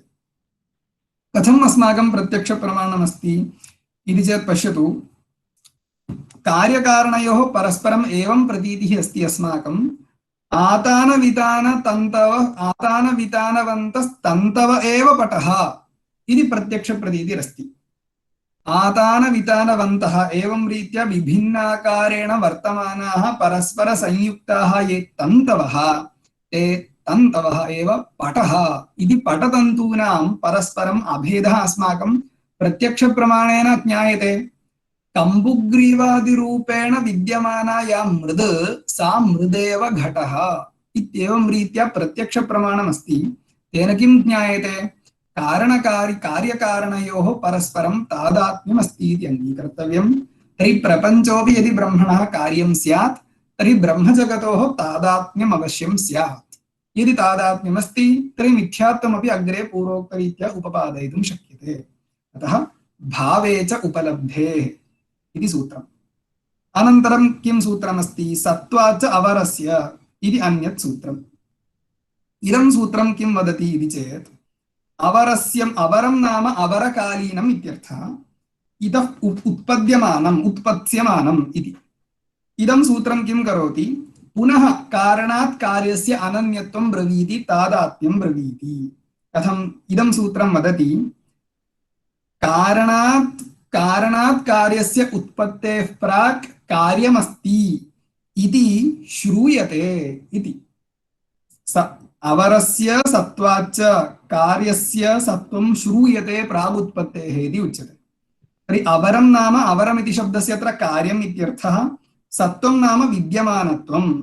तर्हि अवरस्य कार्यस्य स्वोत्पत्तेः प्राक् अपि विद्यमानत्वं श्रुतौ श्रूयते। किं कस्यां श्रुतौ? सदेव सौम्य इदमग्र आसीत् एकमेव अद्वितीयम्, आत्मा वा इदम् एक एव अग्र आसीत् इत्यादि श्रुतिवाक्यानि वर्तन्ते। तर्हि इमानि श्रुतिवाक्यानि किं कथयन्ति? पश्यतु, सदेव सौम्य इदमग्र आसीत्, अग्रे सर्वस्यापि प्रपञ्चस्य उत्पत्तेः प्राक् अग्रे इदं सर्वं किम् आसीत्? सद्रूपं ब्रह्मैव आसीत् इति उच्यते। तर्हि उत्पत्तेः प्रागपि इदं सद्रूपं ब्रह्म आसीत् इति कथनेन पूर्वमपि इदं सर्वमपि ब्रह्मरूपेण अवतिष्ठते इति अयमर्थः लभ्यते। एवमेव पश्यतु, आत्मा वा इदम् एक एव अग्रे आसीत् इति अन्यद्वाक्यम्। इदं सर्वम् उत्पत्तेः प्राक् किम् आसीत्? आत्मा एव आसीत्। तर्हि उत्पत्तेः प्राक् आत्मा एव आसीत् इत्यनेन इदं सर्वम् उत्पत्तेः प्रागपि सदेव वस्तुतः वर्तमानमेव आसीत् इति ज्ञायते। अतः सत्कार्यवादः अत्र श्रुतिभ्याम् उपपाद्यते इति ज्ञायते। तर्हि अवश्यम् अनयोः तादात्म्यम् अस्ति इति अङ्गीकर्तव्यम्। इति कृत्वा सत्त्वात् च अवरस्य इति सूत्रेणापि अत्र तादात्म्यं बोध्यते। सूत्रार्थं पुनः वदामि। अवरं नाम कार्यं। तर्हि अवरस्य कारणस्य उत्पत्तेः प्रागपि सत्त्वात् सत्त्वमस्ति खलु तत् श्रूयते श्रूयते इति कृत्वा अवश्यं तादात्म्यमस्ति इति अङ्गीकर्तव्यम्। तथा च भावे च उपलब्धेः इति एकं सूत्रं सत्त्वाचावरस्य इति अपरं सूत्रम् उभयत्रापि तादात्म्यम् उक्तम्। इतः परम् अन्यत् सूत्रं चतुर्थं सूत्रमस्य अधिकरणस्य असद्व्यपदेशात् न इति चेत् न धर्मान्तरेण वाक्यशेषात् इति एकं सूत्रम्। अत्र एका शङ्का असद्व्यपदेशात् नेति चेत् न धर्म इति चेत् न इति पर्यन्तम् एकः आक्षेपः। तस्य आक्षेपस्य समाधानम् उच्यते धर्मान्तरेण वाक्यशेषात् इति। पश्यतु अत्र कश्चन शङ्कां करोति भवता सर्वमपि जगत् मिथ्या इति उच्यते परन्तु सर्वस्यापि जगतः असत्त्वमेव वक्तव्यं। शशशृङ्गवत् खपुष्पवत् वन्ध्यापुत्रवत् सर्वोऽपि प्रपञ्चः असन् इत्येव वदति श्रुतिः। कः अहं न वदामि श्रुतिरेव कथयति। कुत्र पश्यतु असदेवेदमग्र आसीत् इति छान्दोग्योपनिषद् वर्तते।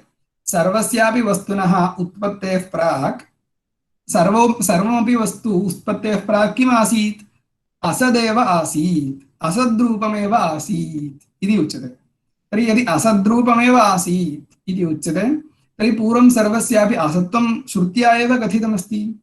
एवमेव तैत्तरीये अन्या श्रुतिः वर्तते असद्वा इदमग्र आसीत् इति। तर्हि तत्रापि असत्त्वम् उक्तमस्ति। तर्हि उभयत्र छान्दोग्योपनिषदि तैत्तरीयोपनिषदि च कार्यस्य सर्वस्यापि उत्पत्तेः प्राक् असत्त्वम् उक्तमस्ति। अतः सर्वमपि वस्तु उत्पत्तेः प्राक् असदेव खलु भवति न तु सत्। तर्हि सत्कार्यवादम् उक्त्वा अनयोः तादात्म्यम् अस्ति इति कथं वक्तुं शक्यते इति आक्षेपः। तत्र एवं समाधानम् उच्यते तथा न धर्मान्तरेण वाक्यशेषात् इति। धर्मान्तरेणैव अत्र असत्त्वं विवक्षितम् इत्युक्ते धर्मान्तरेण इति पदमस्ति। धर्मान्तरेण इति पदेन किमत्र विवक्षितम् इति चेत् तथा न अत्र श्रुतौ यद्यपि असत् इति शब्दप्रयोगः कृतः अस्ति तथापि शशशृङ्गवत् वन्ध्यापुत्रवत् खपुष्पवत् सर्वस्यापि प्रपञ्चस्य अत्यन्तासत्त्वम् अत्र न विवक्षितमस्ति। किन्तु अत्र असत्त्वं कीदृशं श्रुत्या विवक्षितम् इति चेत् अव्याकृतनामरूपत्वम् असत्त्वम् अत्र विवक्षितमस्ति। अव्याकृतनामरूपत्वम् इत्युक्ते पश्यतु नाम रूपम् इति शब्देन अत्र किम् उच्यते इत्युक्ते जगदेव उच्यते। जगत् जगतः निर्देशं कर्तुं श्रुतिः नाम रूपम् इति शब्दप्रयोगं करोति। इत्युक्ते नाम इत्यस्य शब्दः इत्यर्थः रूपम् इत्यस्य स्वरूपम् इत्यर्थः।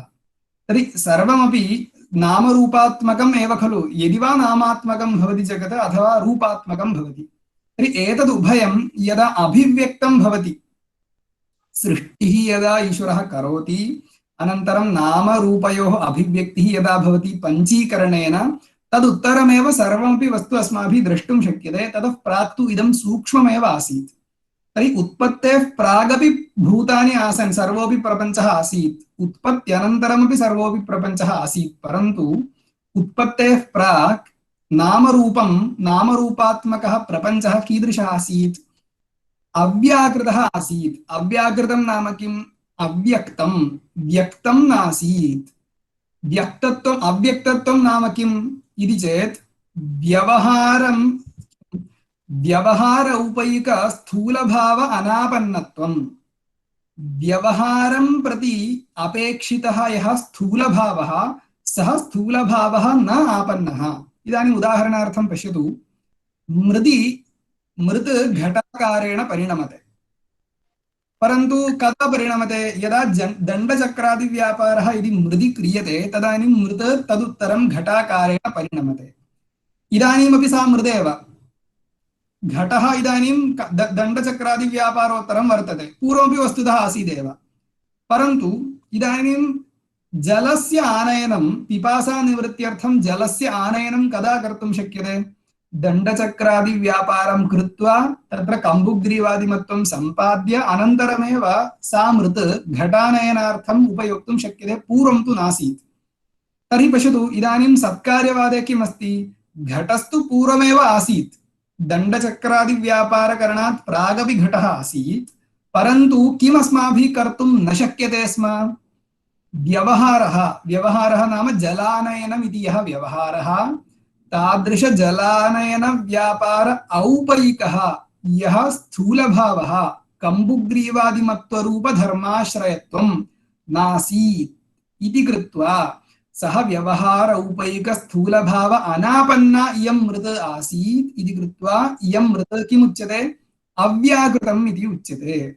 यदा तद् दण्डचक्रादिव्यापारेण व्याकृतं भवति तदानीम् इयमेव मृत् पश्चात् जलानयनार्थम् उपयोक्तुं शक्यते। अतः केवलम् अव्याकृतं व्याकृतम् इति उच्यते, परन्तु वस्तु तु पूर्वमेव आसीदेव। तद्वदेव अत्रापि उत्पत्तेः प्राक् इदम् अव्याकृतम् आसीत् इति एतावत् प्रतिपादयितुमेव अत्र असत्शब्दप्रयोगः कृतः अस्ति, न तु अत्यन्तासत्त्वम् अत्र असत्शब्देन श्रुतौ विवक्षितमस्ति इति अवगन्तव्यम्। इदमेव धर्मान्तरेण इति उच्यते। धर्मः इति शब्देन अत्र व्याकृतनामरूपत्वम् इत्यर्थः, धर्मान्तरम् इति शब्दस्य अव्याकृतनामरूपत्वम् इत्यर्थः। तर्हि धर्मान्तरेण नाम अव्याकृतनामरूपत्वरूपं यत् धर्मान्तरं तेन इति अर्थः। अस्तु, एवमेव कथं पश्यतु। अस्तु, असत्शब्दस्तु अव्याकृतनामरूपत्वं नामरूपत्वम् इति यत् धर्मान्तरं, तादृशं धर्मान्तरं स्वीकृत्य प्रवर्ततां नाम, परन्तु अयमर्थः कथम् अवगम्यते? कस्मात् अस्माभिः कथम् अयमर्थः अवगन्तव्यः इति चेत् भाष्यकारः वदति, तत्रैव उत्तरं वाक्यं दृष्ट्वा ज्ञातुं शक्यते इति उच्यते। कुत्र? इदानीं पश्यामः, छान्दोग्योपनिषदि विद्यमानमेव आदिमं वाक्यं स्वीकृतं। किम्? असदेवेदमग्र आसीत् इति वाक्यमस्ति खलु। पश्यतु, तदुत्तरवाक्यं पश्यतु, छान्दोग्ये तत् सदासीत् इति उत्तरवाक्यमस्ति। तर्हि पूर्वम् असदेव इति यदुक्तं तत् सदासीत् इति सा एव उपनिषत् कथयति। तर्हि एकस्मिन् वस्तुनि असत्त्वं सत्त्वम् एतदुभयं विरुद्धं। तर्हि अस्माभिः किं वक्तव्यं? पूर्वं विवक्षितं यद् असत्त्वं तद् अत्यन्तासत्त्वं न शशविषाणवत् शशविषाणादीनामिव, परन्तु अत्र अव्याकृतनामरूपत्वमेव विवक्षितम्। अव्याकृतनामरूपत्वं सत्त्वम् एतदुभयं विरुद्धं न इति कृत्वा दोषो नास्ति। अतः वाक्यशेषं दृष्ट्वा, उत्तरं विद्यमानं वाक्यं दृष्ट्वा अयमर्थः अस्माभिरवगन्तव्यः इति तात्पर्यम्। अनन्तरं किमस्ति पश्यतु, असद्वा इदमग्र आसीत् इति तैत्तरीयोपनिषत्। अनन्तरं वाक्यमस्ति तदात्मानं स्वयम् अकुरुत इति एकं वाक्यमस्ति। तत्र आत्मा कथयति, आत्मा ईश्वरः स्वयमेव जगदाकारेण परिणतवान् इति वर्तते। तर्हि स्वयमेव करोति, जगदाकारेण ब्रह्म स्वयमेव करोति इति तत्रैव उक्तमस्ति। तर्हि पश्यतु, यदि तत् करणविषयः भवति, क्रियमाणत्वम् इति धर्मः कुत्रचित् वस्तुनि यदि भवति तर्हि तत् सद्रूपम् इति वक्तव्यम्। यदि किञ्चित् वस्तु क्रियमाणं न स्यात् तर्हि तद्वस्तु अवश्यम् असद्रूपं न भवितुमर्हति। यदि कश्चन विषयः कस्याश्चित् क्रियायाः कर्म यदि भवति तर्हि तद्वस्तु अवश्यं सद्रूपमित्येव वक्तव्यं, न तु असद्रूपमिति कृत्वा क्रियमाणत्वं यस्मात् तत्र तदात्मानं स्वयम् अकुरुत इति श्रुतौ विवक्षितमस्ति। तस्मात् तस्यामपि उपनिषदि यत् असत्त्वं विवक्षितं तद् अत्यन्तासत्त्वम् इति नैव वक्तव्यम् इति कृत्वा अत्र असत्त्वम् इति धर्मः अव्याकृतनामरूपत्वम् इत्येव वक्तव्यं वाक्यशेषानुसारेण। तस्मात् सत्कार्यवादस्य उपरि न कोऽपि दोषः इति उच्यते। अतः असत्त्वं नास्त्येव इति तदपि सूत्रं सङ्गतं, सूत्रार्थो वर्णितः। इतः परं विद्यमानं सूत्रमस्ति युक्तेः शब्दान्तराच्च इति एकं सूत्रम्। युक्तेः शब्दान्तराच्च अत्र पश्यतु, अत्र अस्य सूत्रस्य अधः युक्तिः इति युक्तिः पञ्चयुक्तयः भाष्यकारैः उच्यन्ते। युक्तेः शब्दान्तराच्च इत्यत्र युक्तिः इत्यनेन पञ्चयुक्तयः वर्तन्ते। ताभिः पञ्चयुक्तिभिः सत्कार्यवादः अस्माभिरङ्गीकर्तव्यः। कार्यम् उत्पत्तेः प्राक् सदेव वस्तुतः वर्तते एव इति अयम् अंशः अस्माभिरवश्यम् अङ्गीकर्तव्यः। पञ्चयुक्तयः। तत्र का प्रथमा युक्तिः इति चेत् इयमेव तत्र प्रथमा युक्तिः। किम् इति चेत् तत्तत्कार्यार्थिनां तत्तत्कारणविशेषे प्रवृत्त्यन्यथानुपपत्तिः इति प्रथमा युक्तिः। इत्यस्य कः अर्थः पश्यतु। कश्चन वर्तते, कश्चन दधि स्वीकर्तुम् इच्छति। यः दधि स्वीकर्तुम् इच्छति सः मृत् आगत्य मृदि कस्यचित् आतञ्चनं कृत्वा प्रयोजनं नास्ति। अतः कश्चन दधि यदि इच्छति तर्हि कुत्र सः आतञ्चनादिक्रियां करोति? क्षीरे करोति, न तु अन्यस्मिन् कुत्रचित्। एवमेव कश्चन घटं कर्तुम् इच्छति, सः घटं कर्तुम् इच्छति चेत् सः जलादिकं संस्थाप्य कम्बुग्रीवादिमत्वं कुत्र संस्थाप्यते? मृदि एव क्रियते, न तु दधिनि, न तु क्षीरे। तर्हि यः दधि इच्छति सः क्षीरे प्रवर्तते, यः घटम् इच्छति सः मृदि प्रवर्तते, यः सुवर्णम् इच्छति सः यः रुचकम् आभरणादिकम् इच्छति सः सुवर्णे प्रवर्तते। इत्येवं तत्तत्कार्यविशेषं सम्पादयितुं तस्मिन् कारणे एव यस्मात् प्रवृत्तिः लोके एकैकस्य पुरुषस्य दृश्यते तस्मात् अस्माभिः किम् अनुमीयते? तस्य कार्यविशेषस्य सूक्ष्मम् एकं रूपं तस्मिन् कारणे वर्तते, अतः एव सः तस्मिन् कारणविशेषे प्रवर्तते इति कृत्वा प्रवृत्तेः प्रागेव तत्र सूक्ष्मं कार्यविशेषं तत्र कारणे कार्यविशेषः तत्र वर्तते इति अस्माभिरवश्यम् अङ्गीकर्तव्यम्। तस्मात् अत्र अवश्यं सत्कार्यवादः अनया युक्त्या अङ्गीकर्तव्या। इदं तु तत्र साङ्ख्यकारिकायामपि वर्तते। असदकरणात् उपादानग्रहणात् इत्यादि साङ्ख्यकारिकायां विद्यमान एव अर्थः अत्र प्रायेण सङ्गृह्यते। अनन्तरं द्वितीया युक्तिः वर्तते कार्यकारणयोः भेदबुद्ध्यापत्तिः। पश्यतु, कार्यकारणयोः अभेदबुद्धिः दृश्यते। कार्यकारणयोः भेदबुद्धिः स्यात् यदि तादात्म्यं नाङ्गीक्रियेत। पश्यतु, अश्वमहिषयोः तादात्म्यबुद्धिर्नास्ति अस्माकम्। अश्वः एव महिषः इति बुद्धिर्नास्ति। एवमेव पश्यतु, अन्यत् किञ्चित्, घटः पट एव इति बुद्धिर्नास्ति, वृक्षः पाषाण एव इति बुद्धिर्नास्ति। तर्हि पश्यतु, अभेदबुद्धिः एतेषां सर्वेषां नास्ति, किन्तु कयोः वर्तते इति चेत् कार्यकारणयोः अवश्यम् अभेदः तादात्म्यम् अस्ति इति अङ्गीकर्तव्यम्। कुतः? अस्माकं प्रतीतिः तथा अस्ति, अभेदबुद्धिः वर्तते इति कृत्वा। कथं? घटः मृदेव, पटः तन्तुरेव, आभरणं सुवर्णमेव इत्येवं रीत्या अभेदबुद्धिः वर्तते इति कृत्वा एतादृश अभेदबुद्ध्युपपादनार्थम् अवश्यं तत्र तादात्म्यं कार्यकारणयोः अस्ति इति अङ्गीकर्तव्यम्। अन्यथा तु भेदबुद्धिरेव स्यात् अश्वमहिषवत्। अश्वः अन्यः, महिषः अन्यः इत्येवं रीत्या भेदबुद्धिरेव स्यात्, अनयोः परस्परम् अभेदबुद्धिः न स्यात् इति अभेदबुद्ध्युपपादनार्थम् अत्र कार्यकारणयोः अभेदः तादात्म्यम् अस्ति इति अङ्गीकर्तव्यम्। अनन्तरं तृतीया युक्तिः का अस्ति इति चेत् पश्यतु, अवयविनः अवयवे वृत्त्यनिरूपणम् इति। कथम् इति चेत् तत्र पश्यतु, तत्र भाष्यकारः अनेकान् विषयान् अस्मिन् प्रसङ्गे प्रतिपादितवान् अस्ति। बहून् विकल्पान् कृत्वा अयं विषयः उक्तः अस्ति। तथापि अहम् अत्यन्तं संक्षेपेण इमं विषयं वदामि।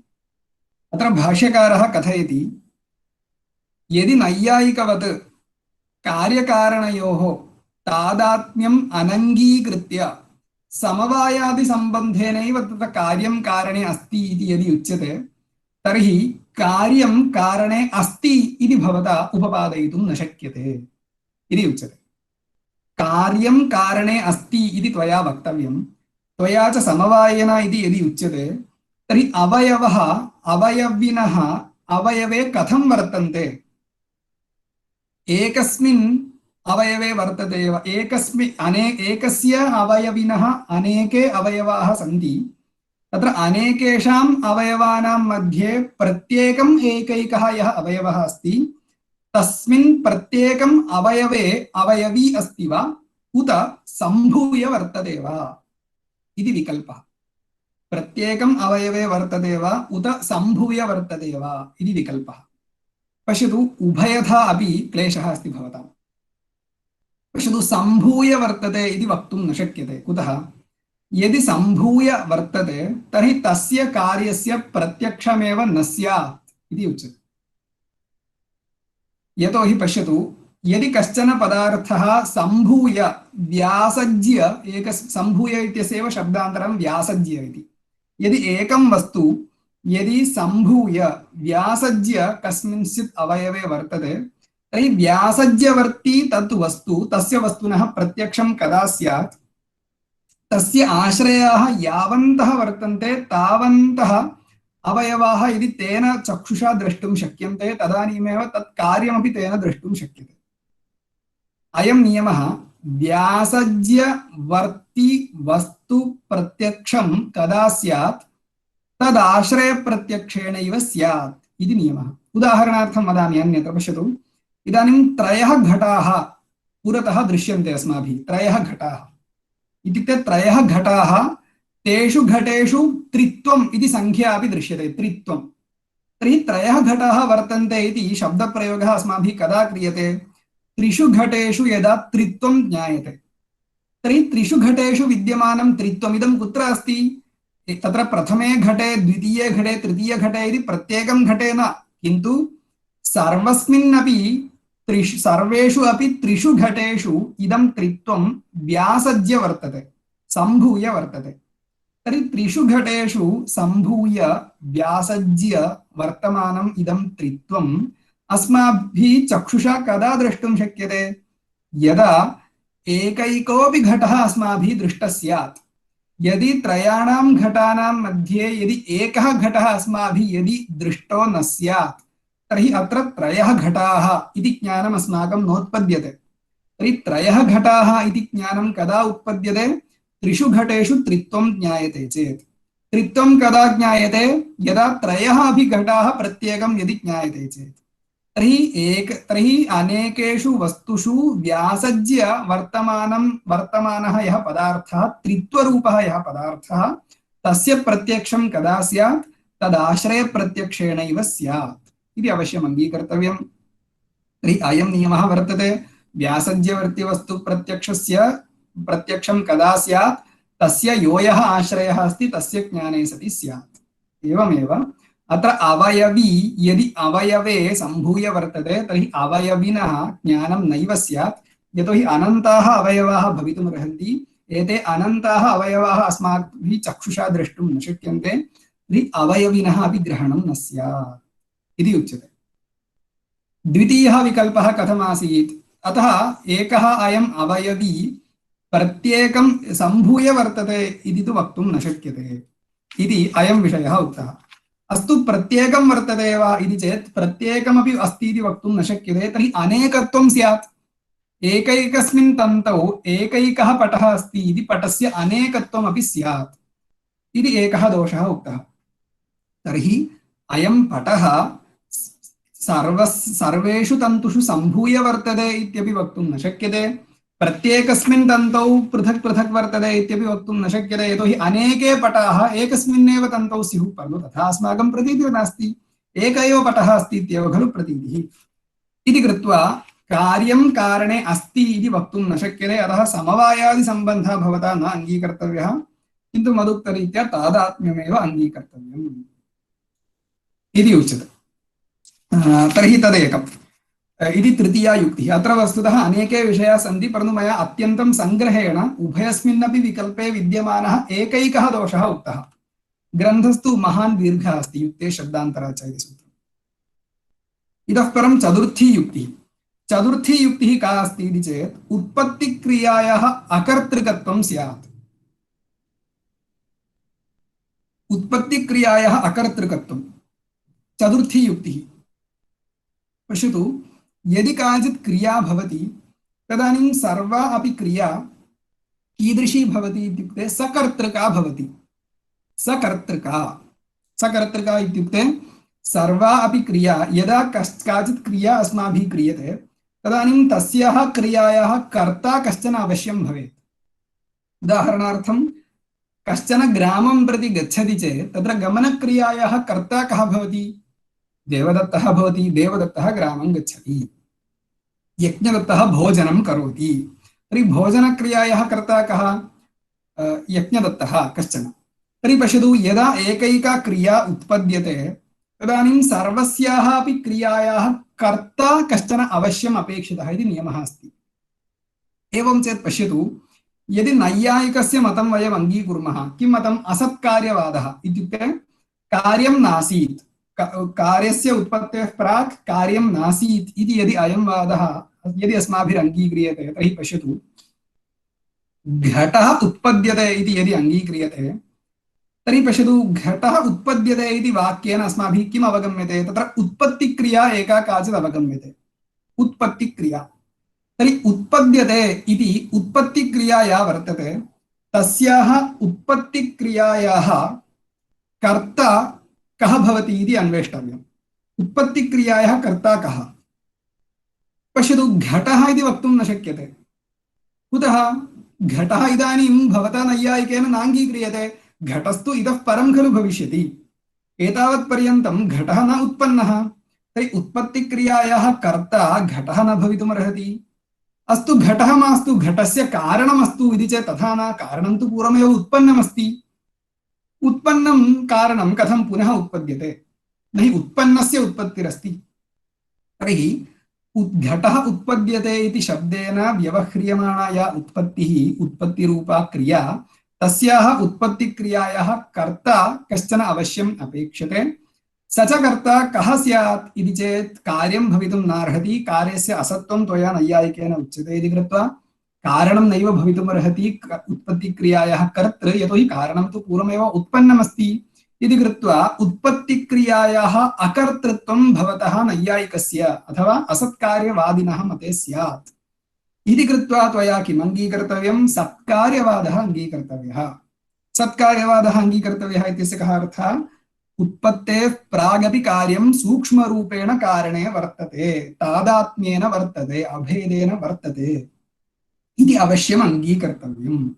तर्हि इदानीं पश्यतु, कम्बुग्रीवादिमद्रूपेण मृदः अभिव्यक्तिस्तु पूर्वमेव पश्चादेव भविष्यति चेदपि तादृश कम्बुग्रीवादिमत्वरूप परिणामेन परिणन्तुं योग्यं किञ्चित् वस्तु घटरूपं सूक्ष्मरूपेण मृदि वर्तते इति वयम् अङ्गीकुर्मः।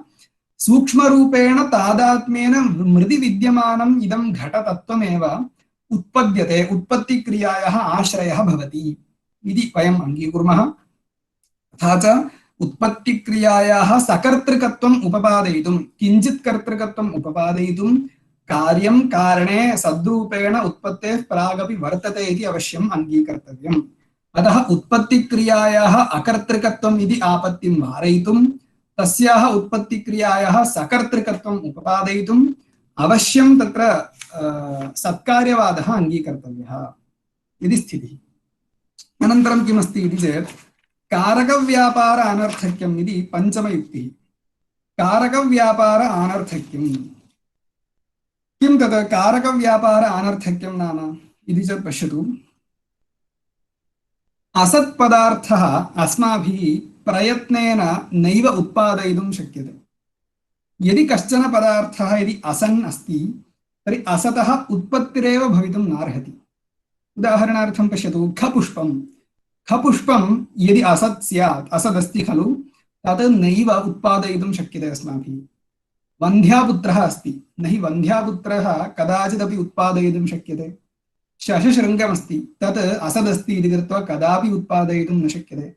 तर्हि असद्रूपस्य कस्यचित् पदार्थस्य उत्पत्त्यर्थं कारकाणि अस्माभिः नैव प्रयोक्तुं शक्यन्ते। तर्हि कारकाणि इति, कारकं नाम किं? क्रियानिर्वर्तकं कारकम्। काञ्चित् कारकाणि कारकेषु व्यापारं कृत्वा काञ्चित् क्रियां कृत्वा एव खलु कस्यचित् कार्यस्य उत्पत्तिः लोके दृश्यते। तर्हि कारकव्यापारः कुत्र स्यात्? असत्पदार्थे नैव भवितुमर्हति इति दृष्टमस्ति। तर्हि यदि दण्डचक्रादि कारकं स्वीकृत्य तादृशकारकव्यापारेण यदि कश्चन पदार्थः उत्पद्यते इति उच्यते तर्हि अवश्यं सः कारकव्यापारः कस्मिन् वस्तुनि इति वक्तव्यम्? सद्रूपे वस्तुनि इति वक्तव्यं, पूर्वं विद्यमाने एव वस्तुनि इति वक्तव्यं, यतोहि असद्रूपस्य पदार्थस्य कारकव्यापारविषयत्वं भवितुं नार्हति इति कृत्वा। तर्हि यस्मात् कारकव्यापारः दृश्यते, कारकव्यापारस्य सार्थक्यं च दृश्यते, तर्हि अस्माभिः किम् अङ्गीकर्तव्यं?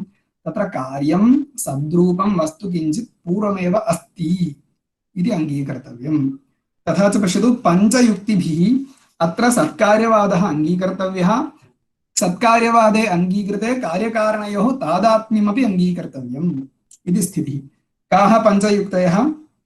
तत्र इयं प्रथमा युक्तिः, तत्तत्कार्यार्थिनां तत्तत्कारणविशेषे या प्रवृत्तिः वर्तते तादृशी प्रवृत्तिः सत्कार्यवादाङ्गीकारं विना न भवति, कार्यकारणयोः तादात्म्यं विना न भवति इति कृत्वा तादात्म्यम् अङ्गीकर्तव्यम् इति प्रथमा युक्तिः। द्वितीया युक्तिः का अस्ति? भेदबुद्ध्यापत्तिः।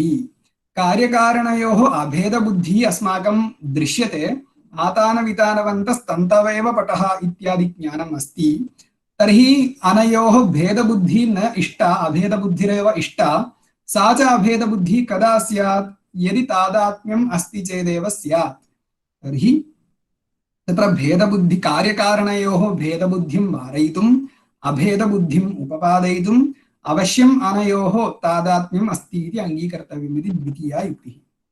तृतीया युक्तिः का अस्ति इति चेत्, यदि कार्यकारणयोः तादात्म्यं नाङ्गीक्रियेत किन्तु समवायादि भेदसम्बन्धमेव यदि अङ्गीकुर्मः तर्हि किं स्यात्? अवयवी अवयवे वर्तते इति निरूपयितुं न शक्यते। अतः अवयवे अवयवी अस्ति इति यदि निरूपणीयमस्ति तर्हि तादात्म्यादिसम्बन्धः नैव भवति इति कृत्वा अन्ततो गत्वा अभेदः तादात्म्यरूप अभेदसम्बन्धः एव वक्तव्यः इति तृतीया युक्तिः वर्तते। चतुर्थी युक्तिः का अस्ति इति चेत्, यदि कार्यम् असत् स्यात्, उत्पत्तेः प्राक् यदि कार्यम् असत् स्यात् तर्हि उत्पत्तिक्रियायाः अकर्तृकत्वं स्यात्। अतः उत्पत्तिक्रियायाः अकर्तृकत्वं नेष्यते किन्तु सकर्तृकत्वमेव इष्यते। तथा च सकर्तृकत्व उपपादनार्थम् अवश्यं कार्योत्पत्तेः प्रागपि सद्रूपेण कार्यमस्ति इति अङ्गीकर्तव्यं। तथा च इदानीं तदपि समर्थितं भवति। पञ्चमयुक्तिः का अस्ति इति चेत्, कारकव्यापारानर्थक्यपरिहारार्थं सत्कार्यवादः अङ्गीकर्तव्यः। कारकाणि व्याप्रियन्ते, कारकव्यापारैः सद्रूपस्यैव वस्तुनः उत्पत्तिः दृश्यते, तर्हि अवश्यं तत्र असद्रूपस्य कस्यापि पदार्थस्य, शशिशृङ्गस्य वा आकाशस्य, किं खपुष्पस्य वा कस्यचित् पदार्थस्य उत्पत्तिः न दृश्यते इति कृत्वा तत्र अवश्यम् उत्पद्यमानं वस्तु सद्रूपमित्येव वक्तव्यं। तथा च अवश्यं तत्र सत्कार्यवादः अङ्गीकर्तव्यः, अन्यथा कारकव्यापारः अनर्थकः स्यात् इति पञ्चयुक्तयः।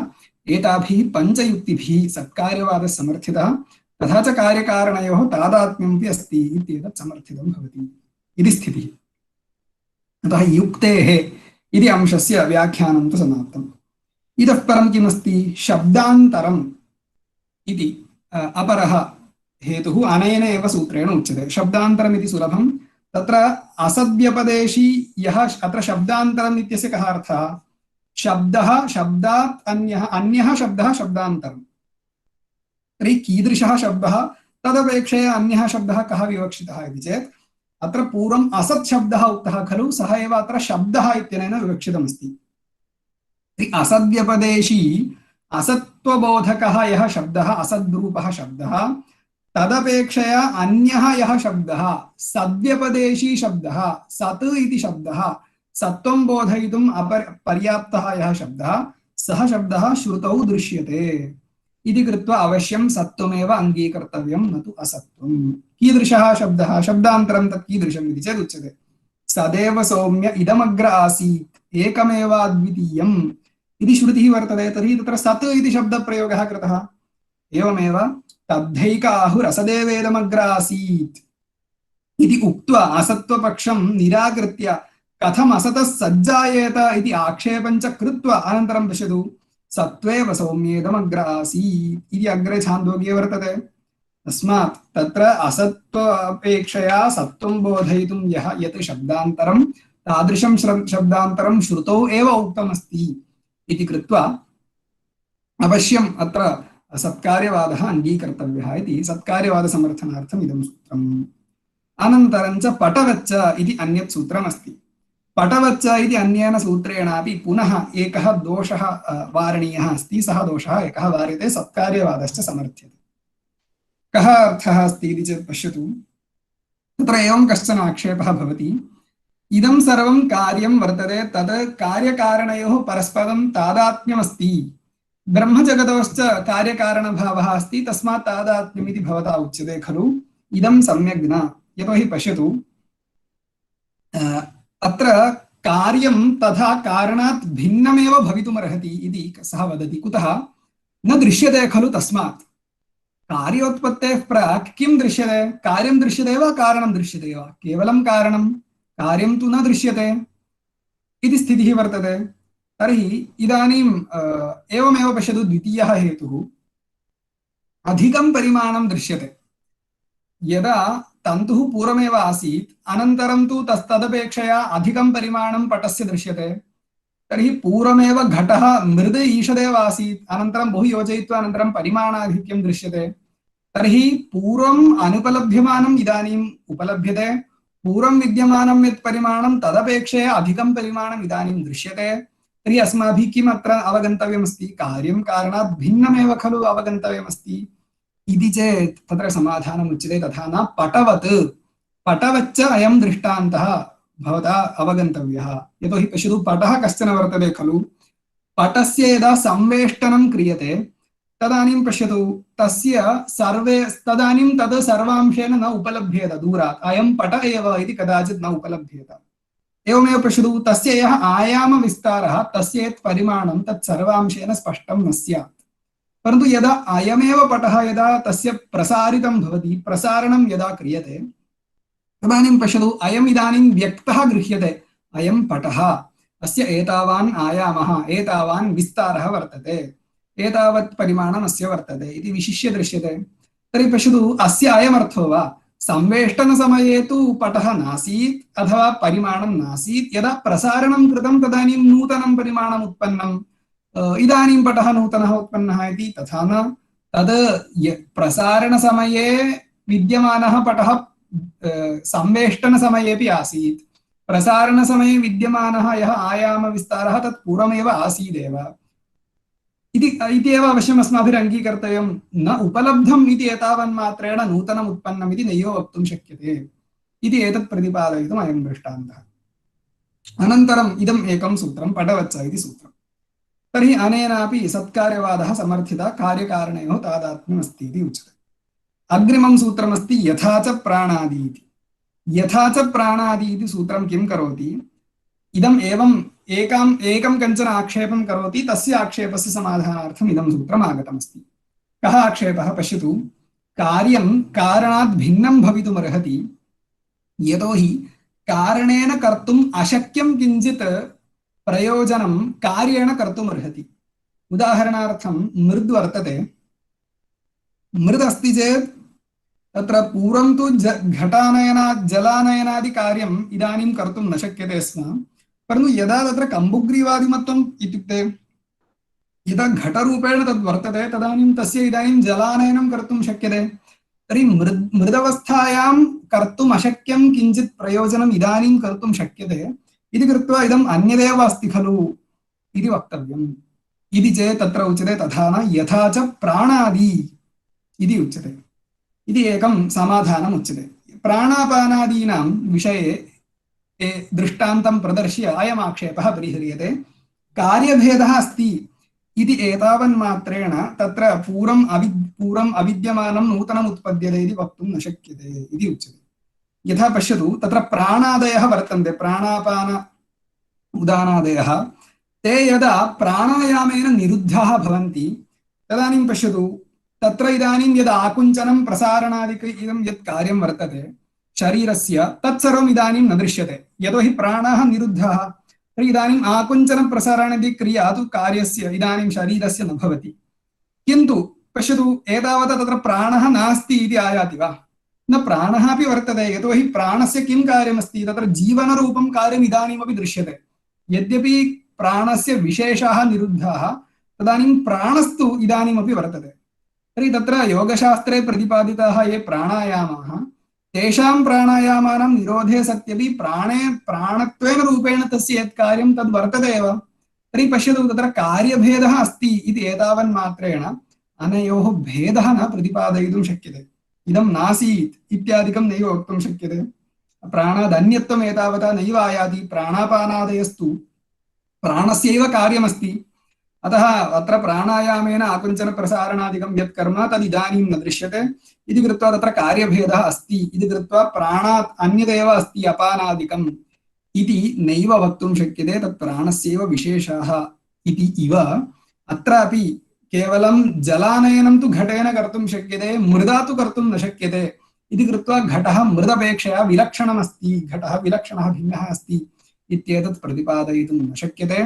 विलक्षणकार्यकरित्वं तु वस्तुनः अभेदे सत्यपि सम्भवति। इदानीं तु तत् स्थूलावस्थापन्नं, पूर्वं तु सूक्ष्मावस्थापन्नम् आसीत्। अतः सूक्ष्मावस्था पूर्वम् आसीत् इति कृत्वा तत्र व्यवहार उपैकत्वं तस्याः अवस्थायाः नासीदिति एतावन्मात्रम्। अस्याः अवस्थायास्तु व्यवहार उपैकत्वं वर्तते इति एतावन्मात्रम् अत्र विवक्षितमस्ति। एतावदेव अत्र अस्माभिः निरूपणीयमस्ति। तथा च एतदर्थम् अनयोः अत्यन्तं भेदः अस्ति इत्येतत् न प्रतिपादनीयं। तथा च तादात्म्यम् अस्त्येव, अभेदः अस्त्येव इति कृत्वा इदमपि सूत्रं यथा च प्राणादीति प्राणदृष्टान्तेन तादात्म्यं समर्थयति। तथा च कार्यकारणयोः तादात्म्यमस्ति। तथा च तदनन्यत्वम् आरम्भणशब्दादिभ्यः इति सूत्रे प्रतिपादितं यत् मिथ्यात्वं तत् सम्यगेव निरूपितं भवति सप्तसूत्रैः। तथा च अनेन अधिकरणेन सर्वांशेन मिथ्यात्वं व्युत्पादितं। मिथ्यात्वं व्युत्पाद्य सर्वोऽपि अयमेव विवर्तवादः। विवर्तवादस्य उद्घाटनम् अस्मिन्नेव अधिकरणे क्रियते। सूत्रकारेण विवर्तवादः कुत्र उक्तः इत्युक्ते आरम्भणाधिकरणे उक्तः इति वक्तव्यम्। तथा च विवर्तवादं प्रदर्श्य मिथ्यात्वं व्युत्पाद्य सर्वमपि जगत् मिथ्या एव इत्येतत् अस्मिन् अधिकरणे सूत्रकारैः प्रतिपादितं। तच्च भाष्यकारैः विशदीकृतम् इति आरम्भणाधिकरणे यः अंशः मया विवक्षितः अस्ति सः अंशः मया विषयः इदानीम् उपरतौ भवति। इतः परम् अवशिष्टेन कालेन न विलक्षणत्वाधिकरणस्य यावद् वक्तुं शक्यते तावत् प्रतिपाद्यते। प्रायेण सूत्रयोजना एव सम्भवति। इदं सूत्रं कीदृशमस्ति, कीदृशः आक्षेपः भवति, कीदृशं समाधानं, सूत्रयोजना च कथम् इति अत्यन्तं संक्षेपेण इदं प्रतिपाद्यते। तत्र इदम् आदिमं सूत्रमस्ति न विलक्षणत्वाधिकरणं। न विलक्षणत्वाधिकरणे न विलक्षणत्वात् अस्य तथा त्वञ्च शब्दात् इति एकं सूत्रमस्ति। इदं पूर्वपक्षसूत्रमस्ति। इदं सूत्रं किं प्रतिपादयति इति चेत् अद्वैतिनां मते ब्रह्मणः जगतश्च परस्परम् उपादान उपादेयभावः अस्ति खलु। अयं यः उपादान उपादेयभावः अयं न सम्भवति। कुतः? उपादान उपादेययोः अत्यन्तं विलक्षणत्वात्। ब्रह्म जगतः उपादानं न भवति। कुतः? विलक्षणत्वात्, वैलक्षण्यात्। कुतः वैलक्षण्यं? ब्रह्म चेतनमस्ति, ब्रह्म शुद्धमस्ति, प्रपञ्चश्च अशुद्धः अस्ति, प्रपञ्चश्च अचेतनः अस्ति। तर्हि चेतनः शुद्धः अयं कथम् अचेतनस्य अशुद्धस्य जगतः उपादानं स्यात् इति उच्यते। ननु अनयोः वैलक्षण्यं कथम् अवगम्यते? चेतनाचेतनविभागः इति कश्चन अस्ति इति कथं भवता पूर्वपक्षिणा उच्यते इति चेत् पूर्वपक्षी वदति तथा त्वञ्च शब्दात् इति। एवं रीत्या अनयोः विभागः वर्तते, चेतनाचेतनविभागः वर्तते। कुतः? शब्दात्, श्रुत्या एव अवगम्यते। विज्ञानञ्च विज्ञानञ्च इति श्रुतिः अत्र विवक्षिता। तैत्तरीयोपनिषदि विज्ञानञ्च विज्ञानञ्च इति श्रुतिवाक्यमस्ति। अनेन श्रुतिवाक्येन चेतनाचेतनविभागः दर्शितः। तर्हि चेतनः ब्रह्म, अचेतनः प्रपञ्चः। तर्हि अनयोः वैलक्षण्यमस्ति। तस्मात् अनयोः उपादानोपादेयभावः न सम्भवति इति पूर्वपक्षः। द्वितीयं सूत्रमस्ति अभिमानिव्यपदेशस्तु विशेषानुगतिभ्याम् इति द्वितीयं सूत्रम्। अत्र किमुच्यते इति चेत् तर्हि इदानीम् अत्र सर्वोऽपि प्रपञ्चः चेतनः इति न वक्तव्यं। तत्र अन्यः यः अचेतनापेक्षया कुत्रचित् अचेतनानामपि कुत्रचित् चेतनत्वव्यपदेशः दृश्यते, मृदब्रवीत् आपोब्रुवन् इत्यादि स्थलेषु तर्हि सर्वमपि भूतमपि चेतनमेव स्यात् खलु अचेतनमिति कथं यतोहि ते कथयन्ति ते वदन्ति ते पश्यन्ति इत्यादि व्यवहारः दृश्यते तर्हि भूतेन्द्रियाणि यानि वस्तूनि वर्तन्ते तेषाम् अचेतनत्वं कथम् इति चेत् तत्र उच्यते तथा न अत्र अब्रवीत् अब्रुवन् इत्यादिकं तु कस्य विषये इत्युक्ते तत् अचेतनानां विषये न किन्तु केषां विषये इति चेत् देवतानां विषये तासां देवतानां तस्मिन् वस्तुनि अनुगतिः अनुप्रवेशः दृश्यते इति कृत्वैव किमस्ति विशेषः दृश्यते कः विशेषः भोक्ता इति कश्चन विशेषः भोग्यम् इति कश्चन विशेषः तर्हि एवं रीत्या भोक्तृभोग्य विशेषः श्रुतौ प्रतिपादितः अस्ति एकैकस्मिन् भूते एकैकस्याः देवतायाः अनुप्रवेशः अनुगतिः अपि उक्ता अस्ति इति कृत्वा तेषामेव चेतनत्वं भूतानाम् इन्द्रियादीनां च चेतनत्वं नास्ति किन्तु भूताधिष्ठातृदेवतानाम् इन्द्रियाधिष्ठातृदेवतानामेव भोक्तृ किं चेतनत्वम् अस्ति तदपेक्षया अचेतनं भूतेन्द्रियादिकं तु वर्तते एव अतः चेतनाचेतनविभागः अस्ति एव परन्तु चेतनम् अचेतनं प्रति उपादानं भवितुं नार्हति यतोहि अत्यन्तम् अशुद्धम् इदमस्ति इति एवं पूर्वपक्षः तिष्ठति द्वाभ्यां सूत्राभ्यां तृतीयं सूत्रं वर्तते दृश्यते तु इति सूत्रम् अनेन सूत्रेण इदानीं समाधानम् आरभ्यते इदं तु सिद्धान्तसूत्रमस्ति तत्र अयं सिद्धान्तः भाष्यकारेण कृतः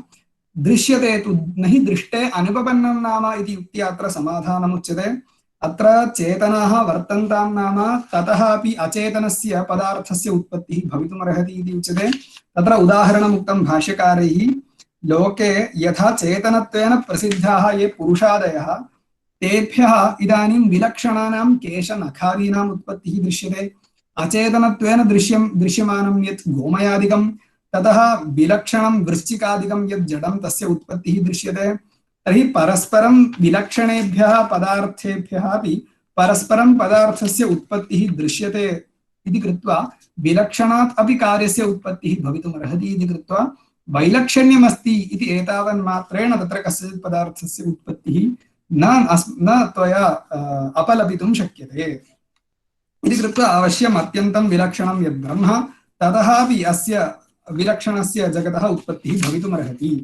इति एतत् प्रतिपादितमस्ति अस्य उपरि महान् विचारः महान् पूर्वपक्षः इत्यादिकम् अस्ति परन्तु समयाभावात् त्यज्यते अनन्तरं सूत्रमस्ति चतुर्थम् असदिति चेन्न प्रतिषेधमात्रत्वात् इति तत्र इदं तु अस्माभिः सुलभम् अत्यन्तम् उपरिप्लवः प्रश्नः अस्ति यतोहि अस्माभिः आरम्भणाधिकरणम् इदानीं पठितमेव अतः अस्माकम् अयम् आक्षेपः सुतरां परिहर्तुं शक्यते इत्युक्ते अत्र असत्त्वम् आशङ्क्यते रूपादिशब्दादिहीनं ब्रह्म तद्विपरीतं च अन्यत् कार्यं वर्तते इदं च कार्यम् असत् तर्हि कार्यम् असत् चेत् असद्रूपस्य कार्यस्य कथम् इदानीं ब्रह्म कारणं स्यात् इति असत्कार्यवादम् आशङ्क्य शङ्का क्रियते तत्र समाधानम् उच्यते न प्रतिषेधमात्रत्वात् इति भवता एवं रीत्या कार्यस्य उत्पत्तेः प्राक् कार्यस्य प्रतिषेधः भवता नैव कर्तुं शक्यते यतोहि कार्यम् इति वस्तु उत्पत्तेः प्रागपि अस्त्येव इति अङ्गीकर्तव्यं विशिष्य अहं तद् आरम्भणाधिकरणे निरूपयिष्यामि इत्यपि भाष्यकारः अत्र उक्तवान् अस्माभिश्च दृष्टम् इति कृत्वा असदिति चेन्न प्रतिषेधमात्रत्वात् इत्यस्य समाधानमपि जातम् अनन्तरं सूत्रमस्ति अपीतौ तद्वत् प्रसङ्गात् असमञ्जसम् इति इदं तु पूर्वपक्षसूत्रमस्ति अत्र अयं पूर्वपक्षः क्रियते यदि ब्रह्म जगतोः यदि उपादान उपादेय भावः अस्ति तर्हि प्रलयकाले उपादेयस्य उपादाने लयः वक्तव्यः स्यात् तर्हि उपादाने यदि उपादेयस्य लयः तर्हि उपादेये विद्यमानाः दोषाः उपादानेऽपि आगच्छेयुः खलु इति दोषः तथा च शुद्धं यद् ब्रह्म तस्मिन् शुद्धे ब्रह्मणि प्रलयकाले यदा अशुद्धस्य जगतः यदि लयः स्यात् तर्हि ब्रह्मणि अपि अशुद्धत्वं स्यात् अचेतनस्य जगतः यदि चेतने ब्रह्मणि लयः स्यात् तर्हि ब्रह्मणः अचेतनत्वमपि स्यात् अतः प्रपञ्चे विद्यमानाः दोषाः अपीतौ प्रलयकाले तत्र स्युः इति कृत्वा असमञ्जसमापद्यते खलु अतः अपीतौ प्रलयकाले उपादानं यद् ब्रह्म तस्य तद्वत् प्रसङ्गः इत्युक्ते जगद्वत् प्रसङ्गः जगतः अचेतनत्वं यथा भवति जगतः यथा अशुद्धत्वं यदा भवति तादृशम् असामञ्जस्यं ब्रह्मणोऽपि स्यात् इति आक्षेपः। तस्य समाधानम् उच्यते न तु दृष्टान्तभावात् इति समाधानम् उच्यते। तथा न तत्र लयकाले उपादाने उपादेयस्य लयः यदा भवति तदानीम् उपादेये विद्यमानाः दोषाः अवश्यम् उपादाने भवितुमर्हन्ति इति नियमो नास्ति। यतोहि इदानीं पश्यतु यदा रज्जौ सर्पभ्रमः यदा भवति तदानीं सर्पस्य लयः यदा रज्जौ भवति तदानीं सर्पे विद्यमानाः दोषाः रज्जौ भवन्ति इति वक्तुं न शक्यते। इति कृत्वा तादृशः एव अत्र विभागः भवति यत्र तत्र उपादेये विद्यमानाः दोषाः उपादाने नागच्छेयुः इति। अतः तादृशः कोऽपि दोषः नास्ति। दृष्टान्तः मम वर्तते एव। अतः न तु एतादृशम् असामञ्जस्यं भवता उक्तं तत् न तु तत् नैव भवति। कुतः दृष्टान्तभावात् मदुक्ताः अनेके दृष्टान्ताः भवितुमर्हन्ति। तदनुसारेण उपादेये विद्यमानाः दोषाः उपादाने अलग्नाः सन्तः एव तत्र लयं प्राप्नुवन्ति इति वक्तुं शक्यते इति उच्यते। अतः किं सोऽपि दोषः नास्ति इति उच्यते। अनन्तरं स्वपक्षदोषाच्च इति सूत्रं तत्र उच्यते इदं यत् मदुपरि आक्षिप्तः यो यः प्रश्नः तत् तव मतेऽपि आगच्छति इति उच्यते। तव मतेऽपि कथम् इत्युक्ते साङ्ख्यस्य मतेऽपि यथा इदानीम् असत्कार्यवादप्रसङ्गः स्यात्। यतोहि भवता त्वया खलु उक्तम् इदं तु ब्रह्म शब्दादिहीनं तर्हि इदम् अयं च प्रपञ्चः शब्दादिसहितः तर्हि शब्दादिसहितः यः प्रपञ्चः तस्य उपादानं ब्रह्म भवितुं नार्हति इति कृत्वा असत्कार्यवादः स्यात् इति इदं तु तव साङ्ख्यस्य मतेऽपि भवति। यतोहि मया यथा ब्रह्म शब्दादिहीनम् इति उच्यते तद्वत् तवापि मते प्रधानं शब्दादिहीनमेव भवति। तर्हि उत्पत्तेः प्रागपि इदं कार्यं सर्वं शब्दादिहीन प्रधानरूपेण अवतिष्ठते इति वक्तुं न शक्यते इति कृत्वा तत्रापि शब्दादिहीनता आयाति। तथा च असामञ्जस्यम् इत्युक्ते असत्कार्यवादप्रसङ्गः तव साङ्ख्यस्य मतेऽपि स्यादेव खलु। अतः मदुपरि आक्षिप्तः यः दोषः सः दोषः तव अपि भवति इति। यस्तु उभयोः समो दोषः नैकः पर्यनियोक्तव्यः अयम् आक्षेपः मदुपरि न कर्तव्यः इति तर्केण स्वपक्षदोषाच्च इति उच्यते। मम मदुपरि आक्षिप्ताः दोषाः तव अपि भवन्त्येव इति तेन सूत्रेण एकः आक्षेपः क्रियते सिद्धान्तिपक्षतः। अनन्तरम् आगच्छति अन्तिमं सूत्रं किम् इति चेत् तर्काप्रतिष्ठानात् अन्यथा अनुमेयम् इति चेत् एवमपि अभिमोक्षप्रसङ्गः इति उच्यते। इदं सूत्रं किं करोति भवता उक्तं तर्काप्रतिष्ठानात् इत्युक्ते एवम् अत्र पूर्वपक्षी वदति तथा न भवदुक्ताः दोषाः अहं तर्केण परिहरोमि। तर्कम् उक्त्वा एकैकं भवता ये दोषाः उक्ताः तान् दोषान् वारयितुं मम पक्षे अन्याः युक्तयः वर्तन्ते। अतः अहं तर्कान् उक्त्वा तान् दोषं परिहरामि अन्यथा अनुमिनोमि। अन्यथा प्रकारान्तरेण अहं स्वसिद्धान्तम् अनुमिनोमि स्थापयामि यस्मिन् कृते तर्के कृते यत्र मम पक्षः निर्दुष्टो भवति इति उच्यते। यतोहि इदानीं भवदुक्तोऽपि विषयः तर्केणैव खलु भवानपि वदति। तर्कश्च अप्रतिष्ठितो भवति। अप्रतिष्ठितो भवति नाम सर्वदा तस्य नियमः इति न भवति। इत्युक्ते एकः तर्कः यदि एकं तर्कं यदि एकः करोति तदुपरि अन्यः तर्कं करोति इत्येवं रीत्या तर्कस्य अप्रतिष्ठितत्वरूपः दोषः अस्ति।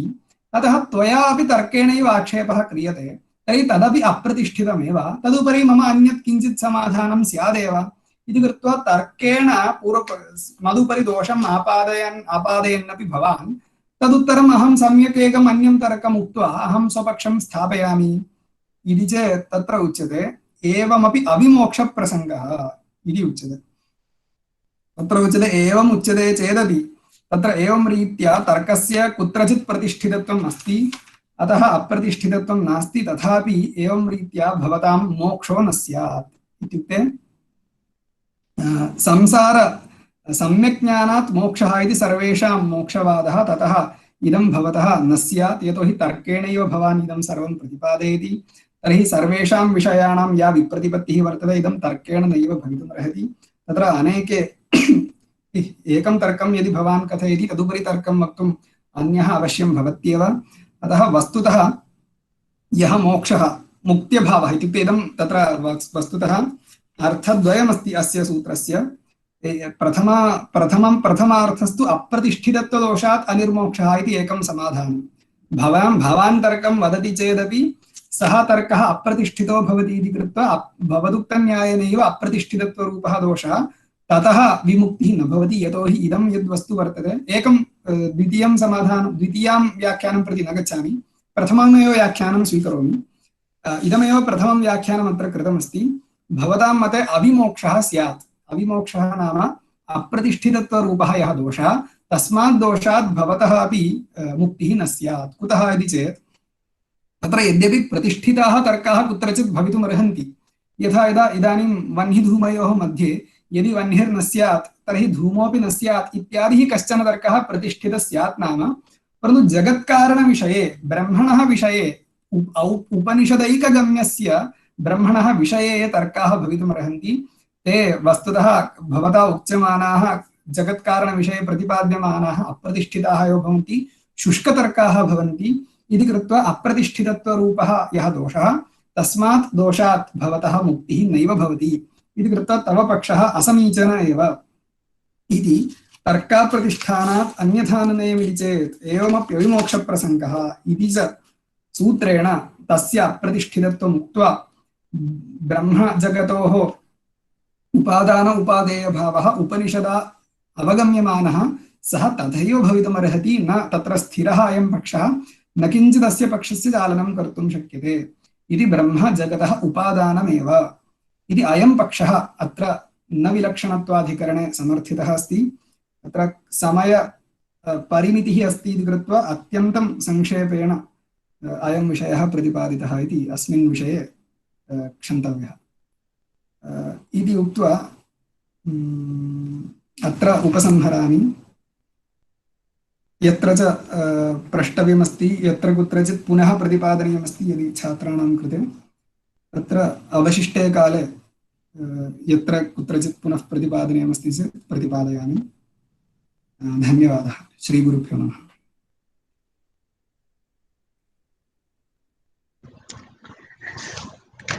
Thank you very much, Vidwan Karthik Sharma, for your well-studied and scholarly explanation of the two great topics, Arambhanadhigaranam and Vilakshanatwadhigaranam. Thank you, sir. And it is the time for discussion. Do you have any queries? You can ask in Sanskrit, in English, or in Malayalam.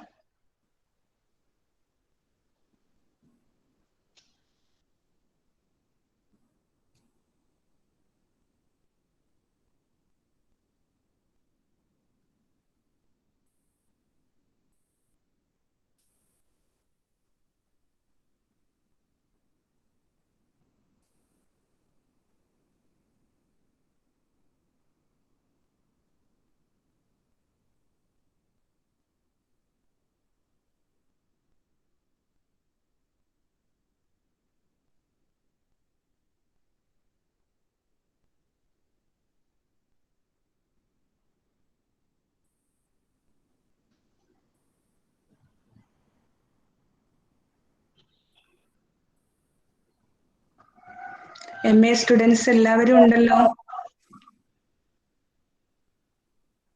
സംശയങ്ങൾ എന്തെങ്കിലും ഉണ്ടെങ്കിൽ ചോദിക്കൂ.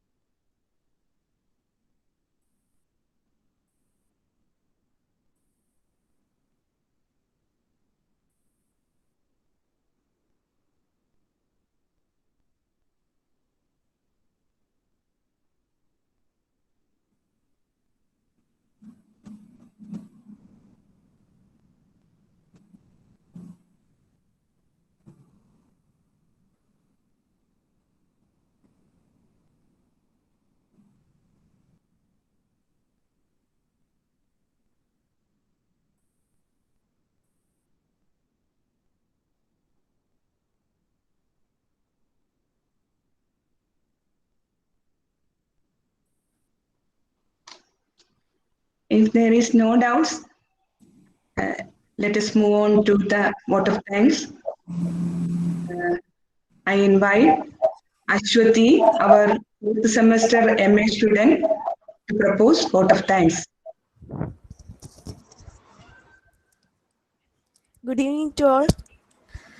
Respected resource person, Shri Karthik Sharma sir, respected teachers, research scholars, and my dear friends.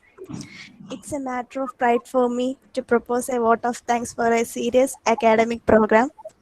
First of all, let me thank our respected resource person, Shri Karthik Sharma sir, for very elaborately and clearly explaining the Arambhana Adhikaranam and Vilakshanatva Adhikaranam. Thank you very much, sir. I express our sincere thanks to all our teachers, scholars, and students for attending this online workshop. Once again, I thank one and all. Thank you. Thank you, Ashwati.